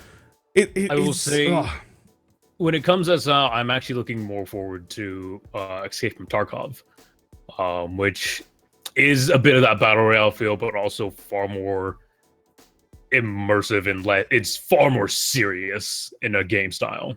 I do think that since a lot of the Battle Royale streamers, that's their thing, are still sticking with H1Z1, that most variety streamers have picked up Battlegrounds, and so the community is actually fantastic on Twitch. It's a huge community and a lot of viewers in it, and people love watching this game. So it's really sat well with a lot of the variety streamers, and I see it a lot more in their repertoire. That was a weird way of saying that. One of the other things that it does very well too is it's what you make of it. So you can go into this game funny or serious. Exactly. Yeah. If the three of us play this game, we can go in and be like, guys, we're gonna go win this one. All right, heads in the game. Don't fuck up. Turn your music off. Sorry, chat. I'm not gonna look at you. Let's go. Go south. I heard something. I'd shoot you straight in the leg because I could. But I'm saying that's a thing. I've done that. Me and my buddies, like I'm a goofball. I'm not a competitive gamer. I don't take anything seriously. That's what I'm saying. It's like you'd be like, yeah, let's seriously be like, pop, run away. And I always do this to my buddies that I play with. I play with a couple guys that we do Dungeons and Dragons with, and they like react heavily to shots fired, which you're supposed to, but I guess I'm just more of a like, you know, it'll happen. You're still wandering out in the open as someone's opening up. It's like, get down.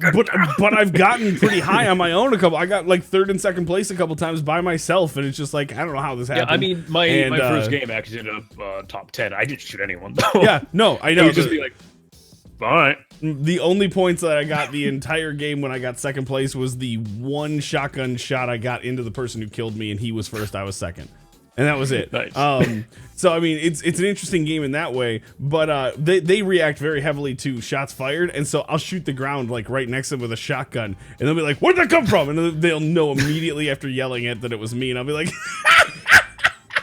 "Gotcha, bitch!" And they'll just like fucking hate you, and we'll just keep going. And you can, like, all of us got in the car and we realized you can lean out of the car with your gun, and there's like one person driving and 3 of us leaning out the windows of this car driving. We're like, this is the dumbest thing I've ever seen. Like, we're just laughing and having fun, you know. It's a great time. And it is a very saturated directory right now, so you gotta be a little careful as a streamer going into that. You have to understand that I went in there the first time I went in there, it was terrible. My numbers were crap, and it was like, the second time my numbers were awesome. I switched to Destiny and they went down. Destiny always brings my numbers up. So I mean, there's obviously something to it. But it's just it is what you make of it. Solo, it's a little weird because you have to choose whether or not you're gonna be that guy who goes, all right, we're going machete killing, or if you're gonna be the guy who takes it seriously, tries to find that 4X, put it on a scar, and you're gonna go to, like, you know, you gotta make those decisions, and how interactive you're gonna be is dependent on how the game flows. But it's just so fun, and it feels well developed. Yeah. My main issue is that a lot of the games played in third person. I'm not a big third person shooter guy. It fucks with me a lot, and that's a big issue for a lot of well, I mean, you can go into first games and stuff. Yeah, I know. But you have a very blatant disadvantage in first person when looking out corners and stuff like that. That is a problem I have with it. I don't know. That's common in almost every battle royale game, though. So that's nothing new. I'm just saying that's one of my big issues with it. Is like, I'm always playing in first person, so I'm always going to have a slight disadvantage because I actually have to peek my body out. Hoops needs a top-down battle royale. No, everyone needs to be first person, which is why I actually look forward to Tarkov, because it is first person only. I do wonder if that just turns into like big directory style Call of Duty. I don't know. So Flesh says we don't know how the community is totally yet. Well, with every community, communities are constantly developing. So community as it is now is as it will be next week or weeks from now, right? I can say right now, since most people that are playing this game are variety streamers, the community is much like ours. Ours being, you know, either Hoops or Blues or our combined community here, or any variety streamers where they're there for the streamer.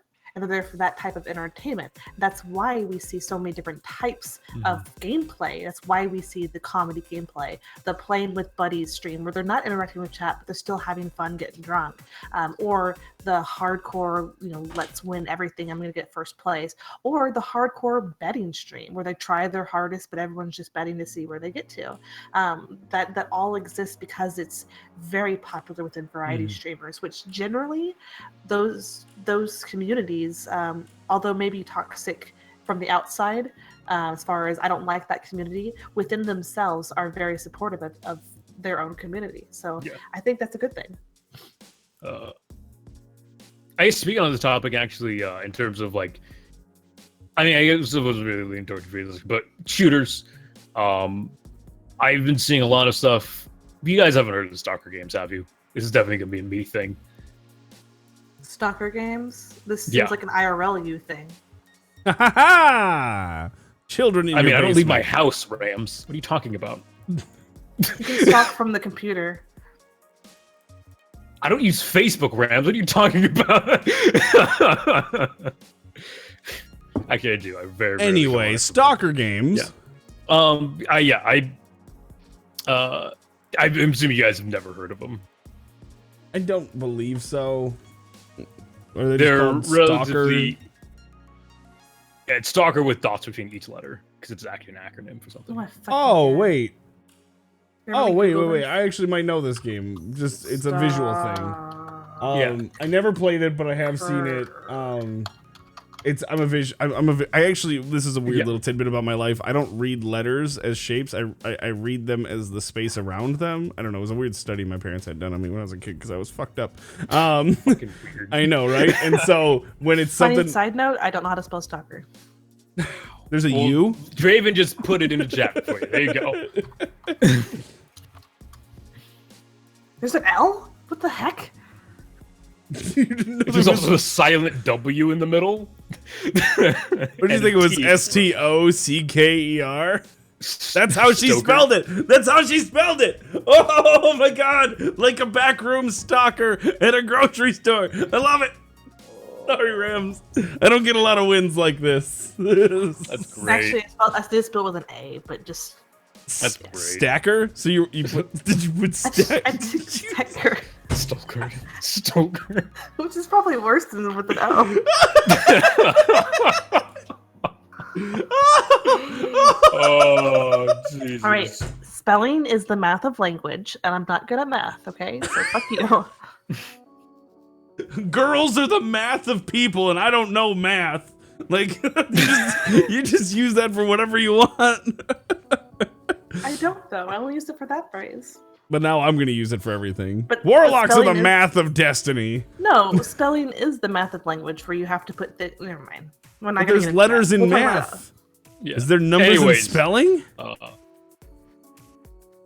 What? Numbers? Yes. Bleak speak. Numbers and spelling. Anyway, go on. Anyways, stock. So there has been many recent. I've been digging around through the internet, obviously, because I'm stalking the internet. And there has been some videos of a new Stalker game being developed, potentially for free. But it looks really nice. The Stalker games are super serious game series in which like you could like super die, and like it's like super difficult Fallout, even in my my style. It's super realistic Fallout. The games are so, I guess, quote unquote immersive. It's almost impossible to stream because it's so almost boring to watch. Challenge It's really accepted. You're just Like, on a roll tonight with that. Like it's a super like immersive game when you're just playing. When you're sitting there playing it, like you are dedicated to this game. But it's not necessarily the greatest to watch. The newer one, the new videos for this one that's in development looks a bit more interesting. It's definitely bringing more of that modern feel to it. It's a beautiful looking game. It's definitely very intense, almost to the point like where Blue could play in a horror Mondays because it's a game with mutants and survival, and actually it looks like it could give me a few spook situations myself. I don't know. I think they're awesome games, and I definitely plan on checking out in the near future if I can. When was the last time one of these games came out? Too long. Last one was, I think, Shadow of Chernobyl. No, not Shadow of Chernobyl. God, I can't remember which one it was. If that was if there was a game called Stalker Shadow of Chernobyl, I know that game. That's what it is. Okay. I could literally, I have all the games on my Steam. I could actually look up exactly when the last one came out, at least for Steam. And even that's going to be a long time ago. What's Shadow of Chernobyl? Okay, never mind. Page, even on Steam, this one came out in, enter birth date, thank you, 2007. Damn. They're old. They are old games. Stalker 2 came out December 11th. 2017? Really? That doesn't feel right, but, doesn't matter. Clear Sky. Store page. Oh, sorry. I guess Shadow of Chernobyl is the up right now. Call of Pripyat is the new. It's old. Sorry. Move on. What are we talking it's about? old as shit. It is old as shit. Yeah, it's a pretty old title. Let's talk about Tetris then. But I am excited to. Does Tetris have a new game coming out? Rams, I don't rag on the games you talk about. I don't talk about games. Exactly. So please.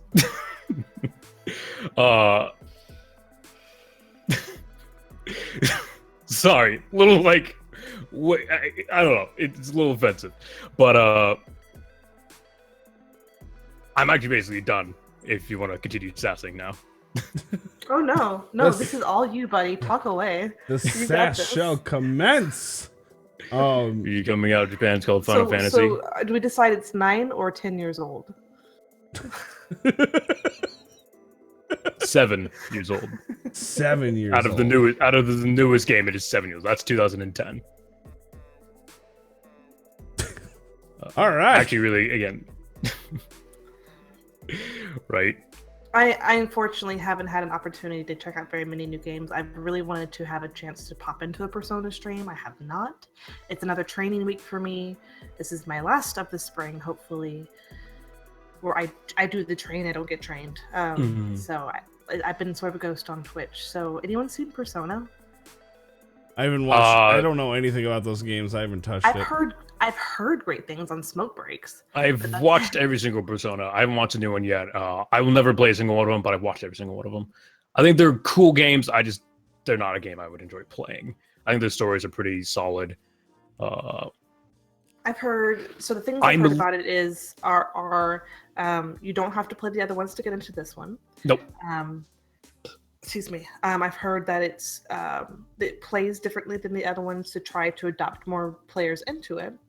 I've heard that the story is one of the most amazing stories out there right now, which blows my mind because I'm still stuck on the air.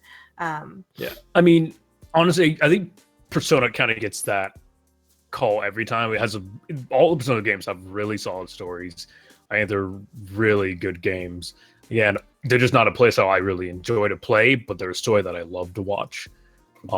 Which makes me a little sad at how the devs treated the game on launch. How you can't go past a certain point. So that was actually interesting to me. I was debating at work about that as well. Did we talk about that last week? I don't know if we did. No, we touched on it. We may have touched on it, but we didn't really go into it. So I've actually think I like it. I think that's where I've landed, is I actually like the way they treated that. Yes, it feels unfair to some Twitch streamers that stream the entire game in the first 2 days. I get it. That hurts those 2 streamers. But for the average streamer, especially in like your sizes, you want to pick up a new game a couple weeks later anyway. Yeah. To stream a new Yeah. Let me just one more minute, and then so to stream a game right out of the gates like this, you're going to be buried in the directory because everyone's streaming it, right? To put a limitation like this on it, it opens up the field for more streamers, but also limits the amount of content within that first 2 weeks, so that most people aren't going to play it anyway until that 2 week kind of grace period after release. I think that's brilliant. Outside of the fact that, especially with Zelda, I saw with Zelda more than any other game that so many people would pop into everyone's chat, everyone to say, hey, love you, man, can't watch spoilers, bye. And so there was this dramatic decrease of viewership because people didn't want to see the story. And I think that this is Persona limiting that while still getting the advertisement that they need for the game, but still limiting the spoiler capabilities. I thought it was brilliant. Yeah. The thing is, I'm not looking at it as a streamer. I'm looking at somebody who plans on watching it. I have no plan of streaming it, but I would have watched and see the story, but I can't at the current time. I can't watch till the end of the game. But yeah, 1 more week and then you'll be able to watch. Yeah, I mean, and 1 more week and I probably won't care about it, unfortunately. Oh my God. But, Well, then that shows how important it is. yeah, basically, Persona games aren't that important. No, to me, games in general they're aren't that important, and I think it's true. I think that's a whole can of worms that we could get into in almost a non-gaming episode. But yeah, that is a whole different. Well, what do you game for versus what do I game for? Exactly, Absolutely. and that's like, you know. And I'm gonna get into this if I don't shut myself up, so I'm gonna stop. But it's a really there's a lot to be said about that. You know, earlier write it down. Let's talk about it next week. Yeah. Write it. Speaking about writing it down, I have my my fucking D&D stats for the character I was making earlier, just sitting here. I actually streamed it. It was actually a lot of fun. It was probably the most chill stream I've done, as well as honestly. I was surprised how active my chat ended up being, just making a D&D character on stream. Whether it was people coming in and just following and hanging out, or old regulars coming and hanging out. In a long time, it's been a bit since I've had such an active chat. I will say that part of that is because D&D is very popular right now, but also this is also another conversation because we are I love when our conversations go over, but I don't like starting a new conversation as we're ending. I can't go over Okay, it so we anyways. won't. That's good to know. But the other thing that's very popular right now is the IRL. Is you can sit and just talk to your stream. I mean, I'm a huge fan of Ventilus. I haven't been quiet about that. Ventilus opens his stream sometimes with upwards of an hour of IRL, just chit chat. Oh, Excessive Profanity does the same thing. 2 hours, sometimes 3. He did one for like 3.5 hours once, where you're just like, I don't want to stop. When the conversation is going well, you might as well. I mean, last night we had a really good. I've been doing this thing lately. I'm not advertising it because it's gonna if like I'm not advertising it outside of my stream because it will get a lot of heat if like the whole world finds out if I tweet about this. We've been having these very serious talks on my channel recently about the harsh realities of streaming and how there's a lot of things that people don't talk about, like basically the social stigmas between streamers, and when one person gets partnered and people who are in the same class don't, it feels like someone graduated and others got left behind, and things like that are very hard to talk about, especially in a Twitter format where you only have 140 characters, or in general, because frankly, like the big thing we talk about a lot is not everyone is going to be successful. Me and Hope may never get partnered. We may have to work at 7-Eleven till we die. I have no idea. I'm making things up. We don't work at 7-Eleven, but some people do. One of our regulars works at a 7-Eleven and manages one, and I told him, I was like, I'm not trying to make it 7-Elevens are the worst. Anyone who works there is trash. He was unemployed before that, though, and it's a huge step, and that's awesome. Yeah. I'm excited. Anyway, point being is, there's no guarantee that anyone's ever going to get partnered or be successful on Twitch, and it's a really hard pill for most people to swallow. And so we've been talking about stuff like that a lot recently, and I don't remember how I got on this topic, but the IRL stuff. I could have stopped playing the game for a solid hour last night and just IRL talked with people, but we were playing Destiny and having fun, so we just kept going. So I think one thing that kind of helps that stream that you just did. Am I mute? No, you're good. No, you're fine. Okay, sorry, I just muted so I could type. Just ignore it. I think you're absolutely correct. Character creation is huge. Where some of my favorite D&D channels where they do D&D all the time, or role-playing games in general all the time, some of their biggest shows are the character creations. They have like user-submitted characters, so they go through and see how viable they are, or user-submitted enemies and things like that, and see how it would float within 5e or whatever. Are you playing 5e, Hoop? Yeah, I'm playing for the gym. I'm actually playing a homebrew character too. Okay, yeah, so things like that where they just sort of float these things around, and that conversation is huge, where this thing that, it's funny because I'm a noob to D&D, but so many older people, like they know all, they just know so much about this system, basically. They just nerd out. But they can have these, hours and hours of conversation about theory even, of a character, so I think that there is a very, very cool market for that out there in Twitch. Again, you're talking to a dude who's the character I just made, I actually remade the character sheet on the PC, but I have the character sheet already made. It's a level 5 version of it, but it's character sheet already made. I have that and like 7 other characters just sitting around waiting to be used. I have probably some 30 other characters, probably more that I've thrown out. Again, like 100%, I'm definitely a vet when it comes to tabletop RPGs in general, not just D&D. Yeah, I rather write backgrounds to the characters than actually. I love making up backgrounds too. That's the thing, is I totally make backgrounds, and there's people like you who you're more of a writer than a player, I guess is more of I guess to say it, where you just enjoy this character, this fantasy, because deep down it is a part of you. It's a mentality that is you, that you've put and personified, and giving that a story is just really cool. Hey, Jackaboy, thanks so much for that follow. Oh, the alert went off, and I was like, well, that's a thing that just happened. Oh, nice. I forgot to turn off the alerts. Not important. But yeah. No, the followers. I'm not saying the followers. I was going to say something, but it's not. Totally. Like, I feel like including chat into the character creation includes them into kind of knowing more about the character. Like, I didn't really talk too much about the background of character I have, or in like the set that I had made for him. But I'm a goblin. Like, I'm playing a goblin, and the story of the goblin to me is definitely. And maybe not unique among goblins, because there's a shit ton of goblins, but it's a unique tale for me. it's definitely going to be fun playing them, and it makes me excited. It makes me all happy and giddy inside. My favorite character I saw in one of these, like, user created characters, and I'm not talking just like, here's some stats. I'm talking like full pages of what this character can do, right? My favorite one I ever saw was for a dire chicken. It was brilliant. Brilliant. It could have fit into any game. It was just brilliant. The fucking dire chicken. Like, oh, that's the other thing is, like, my chat was literally talking about, as I was making my character, we were talking about, we made a whole nother goblin class of literally a goblin, like rocket boots and just building a lance. And it's an RPG, a rocket powered goblin. And just, we're having so much fun just speculating, you can totally do this and we can totally just have this. And literally it took me way longer to make the character because we were talking about other characters we can make.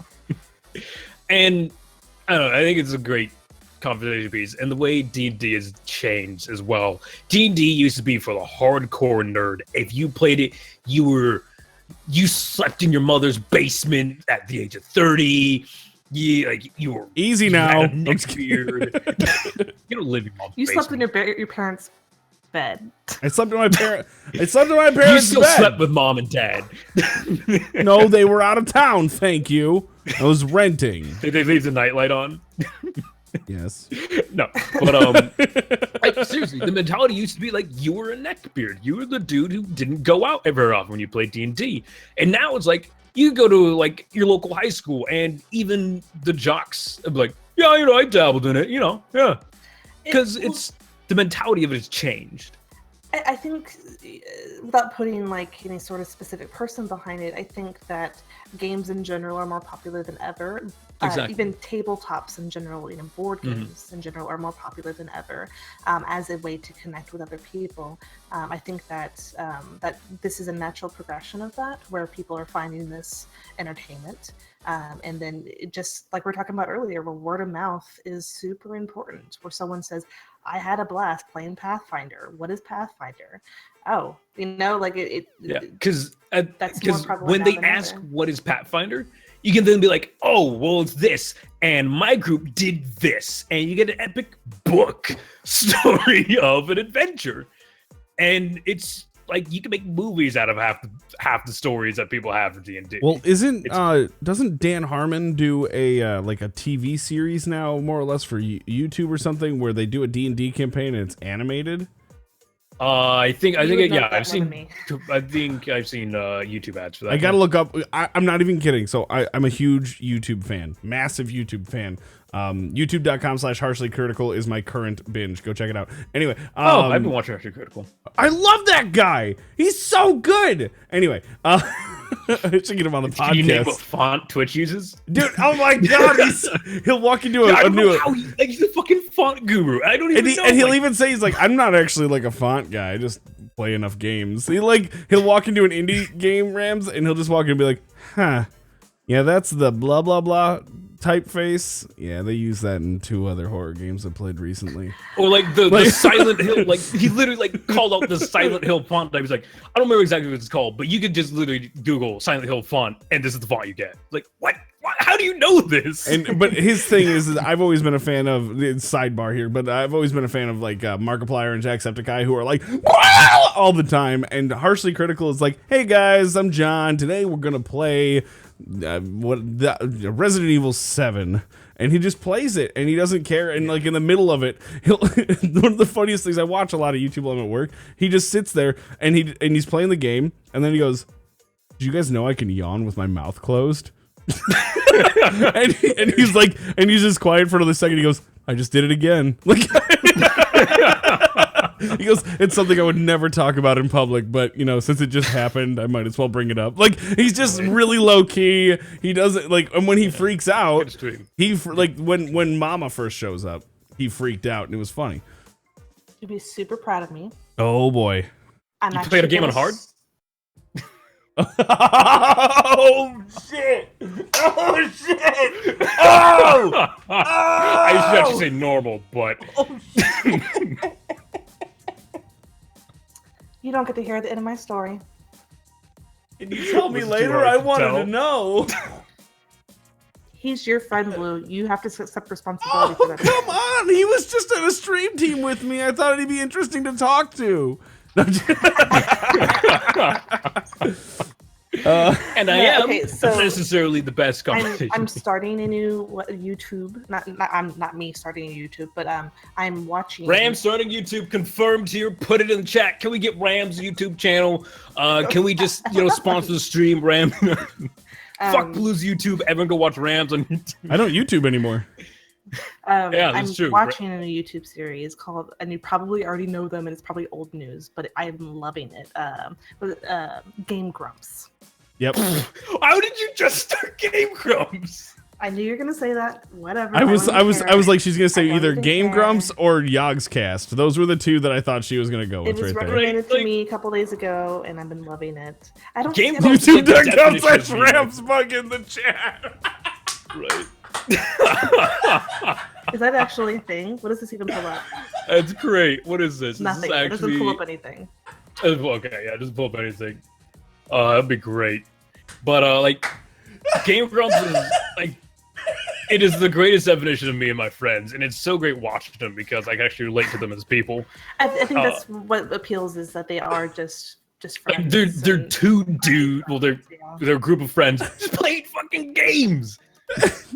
And the conversations, the animations are probably my favorite part. The animations people make from their games are the greatest. Oh god. And can we get that as a command? Can we get Rams' YouTube No, as please a command, don't. please? That's Deej, not a can you thing. work on that for us, please? That'd be great. I would say We'll never- did make the command Rams tube, but that sounds gross. Hold on, let me Google that real quick. Rams tube. Please don't. Now I have to edit this whole Tube. podcast so that nobody searches Rams tube. I kind of want to search too. Oh my god. Uploads from Rams tube on YouTube. It's actually a taken name on YouTube. It's actually a thing as well. Let's What is this see. radio? Images of Rams tube. It seems to me It's just like it's a radio. It's like a it's a vinyl. like one of those 50s radio and Yeah. So it's idle educational. players. Okay, everyone go Google Rams tube. Anyway, It is legitimately, it's like those old vinyl radios that you had the vinyl player and a So radio. super hipster. From like and the really 50s. The old TV. all right. It's awesome. All right. Fun But fact, that's a Rams, I am proud of you. See, as someone, I've said it before, I've said it 1,000 times. I'm the worst Twitch viewer you've ever met. I go into a chat, say hi, and then I lurk for 3 hours because I like YouTube. I don't talk in a chat. I'm not good at that. And when I do talk in a chat, I every single line is me because I can't stop talking. Have you met me? And so I'm just not a good Twitch viewer. So I watch a lot of YouTube, and there's a lot of really good YouTube channels out there. I'm like, my vlog, super influenced by Casey Neistat, which, by the way, the vlog is back. !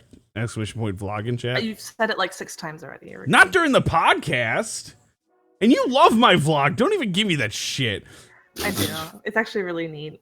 The It's almost as good as your Snapchats. Snapchat outside of the movie theater. We had no power, and people kept going up to the door to see if they could get in, and so we were ranking people on how close to the door they got. The winners, though, were the guy, the group that sent a scouter. He got about halfway and stopped, turned back to the group, and after consulting the group, they decided to keep going. They made it all the way to the door before deciding that there was no way they were seeing a movie. It was great. Well done. But yeah, so Snapchat's fun, but the vlogs are a lot of fun. They're going to be coming back in droves. And if you like my vlogs, you will love Casey Neistat. And Rams, if you haven't watched Casey Neistat, don't. You will not have a life. He has like 400 vlogs, and you will. I've binge watched 400 of his vlogs. Like, they're incredible. Imagine what I do, but he flies to Africa and then gets hangs out of airplanes. Like, he does See, I think the appeal of Blue's vlog, I mean, not to keep blowing smoke up your ass. The appeal of Is Blue, the fact that we get videos of his smoke being blown up his ass. That's on a different vlogging channel. Vloghub.com. Pornhub / I'm the Blue Ranger. I'm sure that other vlogs are like this, and I'm sure there's some failures that are like this, but it's real life, where you make your real life. Entertaining is a weird word for it because it seems like a voyeur a little bit, but it's I know, right? But it's you feel a little stressed. Do you need your spinner? See, I'm the stalker, but you're enjoying Blue's real life. No, it's okay. I'm sure that there's vloggers out there that vlog their real life and it's boring as shit, right? Blue's not doing it. He's grocery shopping. He's sweaty after the gym. He's cooking a meal. He's setting up for the stream. He's doing his normal life, but he does it in a way that's still interactive and still interesting and still informative about who he is as a person and what he's attempting to do, right? Could I get that sweaty after the gym video, please? Yes. Where I feel like a blog like you just described, where he's jet setting to fucking. I think you'd be wherever, surprised. Madrid and a lot of it has to do with his family and his daughter, who's about 2. I think you'd relate to it. I can relate, but no. I didn't mean it like that.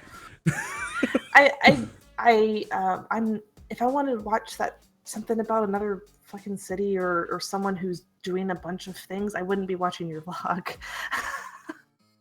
I know that's like it's a compliment there somewhere. Yeah, there's a compliment in there somewhere. There's probably an insult too, but I didn't. It went over my head. So okay. Okay. But I appreciate that, and everyone, if you want to check out my vlog, do it. I also have a shirt for sale. Sell out! ! Shirt in chat. Anyway, Rams is literally wearing it. I'm wearing the long sleeve version. But for the 2 days a year it's cold. We have no apologies in the Discord. If you have apologies, put them in chat. I know Hoop's got to get going, so we're gonna keep moving out. Before we do apologies, Rams, tell the people where they can find you. Nowhere. Not on YouTube. Definitely not. And not RamsTube. Find her on YouTube. Also, make sure to follow her on her Twitter, because I don't know why you said nowhere. Because I was making a joke. I am on Twitter, is where you can find me. I am on Snapchat as well if you wanted to add me, but I don't really post anything. Send nudes! No, please don't send Noodle nudes. pictures. I have plenty of nudes. I don't need any more nudes. More noodles, please. But you can find me on Twitter at Ramsbug.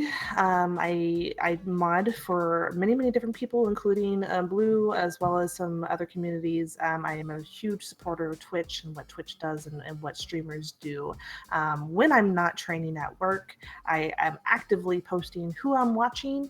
Usually it's a couple different people a day, kind of float around and see what's up, and see why they're interesting to me. So if you want to know who I'm watching and why I'm watching them, follow me at Ramsbug on Twitter. Nice. That is not actually. Don't follow her YouTube. Follow her YouTube. Rams, you need to now just claim that YouTube channel though. You can't. You need 100 subs. Subscribers.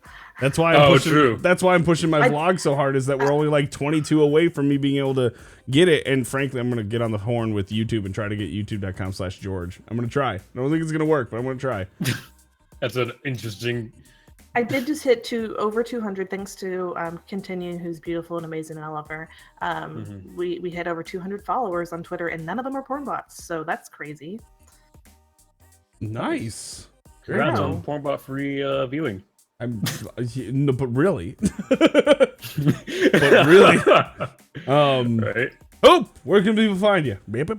Stumbled. My name's Chris. You can find me here on Twitch at Crazy69. I do stream every single day, midnight to 8 a.m. Pacific Standard Time. I Friday cast, so you'll find me playing just about anything. As well as you can find me on the Twitter, same name, Crazy69, so exactly the same. And find my Pornhub ad. No, at AfroDaddy69. Yeah, at AfroDaddy6969. And as always, I'm the Blue Ranger. I stream here at twitch.tv/ImTheBlueRanger, and you can find me at youtube.com/ImTheBlueRanger. That YouTube URL will lead you to my vlog channel because it doesn't have a URL yet. I implore you to subscribe, even though I'm not really one to beg for subscribers on YouTube, which is free, not like Twitch. It's like a follow on Twitch, to help me hit that 100 subscribers so that I can get a custom URL. But thank you guys so much for coming by. We're going to do apologies quick. I also want to say thank you to the, 47 hosts we got right now, which is crazy. So thank you guys so much for that. If you have an apology, put it in chat, please. And thank you very much. I think that is important. Oop. I would like to apologize to my chat for, I guess, kind of the weekend. The weekend I got some really pretty poor sleep, and so I had 2 short streams because I was like, I wasn't focused on anything, and so I just stopped and went to bed. What's funny is because I didn't fall asleep till my normal sleeping time those days, anyways. Which is really annoying. Huh. But yeah.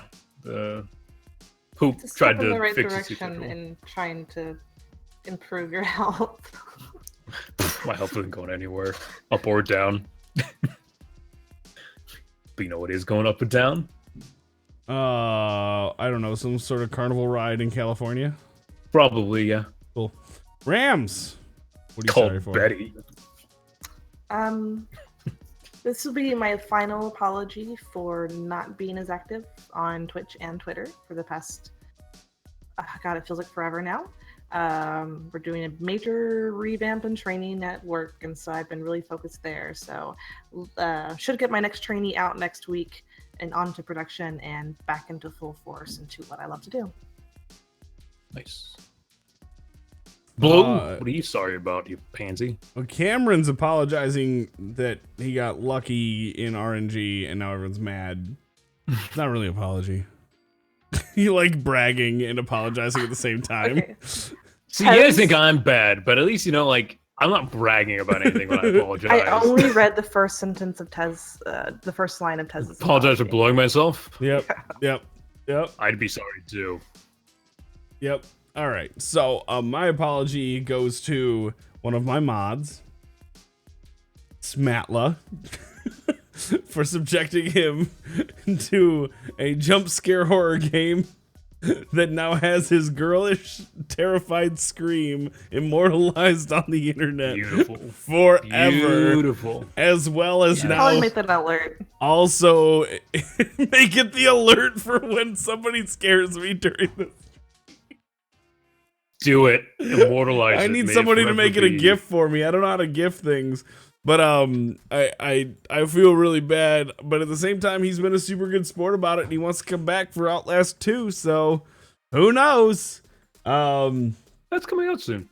Yeah, Outlast 2 comes out in like 2 weeks. And he has to play it. Yep, I have no choice because you guys raised the money for it back when I played Outlast 1, and I was like, oh, Outlast 2, what's gonna the goal be for that? And you guys are like, we already hit that goal. And I'm like, fuck. So, sellout. That's my sellout thing is the horror games. I'm not gonna bullshit anymore. That's my sellout thing. So, and then Deej says, I'd like to apologize in advance for not going into the warehouse on Friday because I found out today my boss is leaving for Florida tomorrow until Tuesday. So, fuck it. None of that makes sense, but you're okay. You are you're forgiven. You're forgiven. Kelly says, I apologize to my English professor for writing a 4-page paper when it was only supposed to be 2, which also dropped 10 points on off of what would have been a perfect paper. So you lost points for doing overkill? Dude, teachers hate grading. What are you talking about? That. Yeah. Teachers hate, especially when you're doing an essay and you double the amount of pages in that essay. If I was a teacher, I'd fail you. I had a graded paper once that was supposed to be double spaced and it wasn't. And I was like, this is bullshit. I shouldn't have to read this. Like, I would not succeed as a teacher. I'd look at all your twos and be like, you fucking failed. Get out of my face. Fair enough. So that is it for the Weekly Apologies podcast. We are live every Wednesday right here at twitch.tv/ImTheBlueRanger at 8 p.m. Eastern Standard Time. Thank you guys for coming by. This is the YouTube send-off. Thank you so much, and we'll see you next week. Bye, YouTube. Bye, YouTube.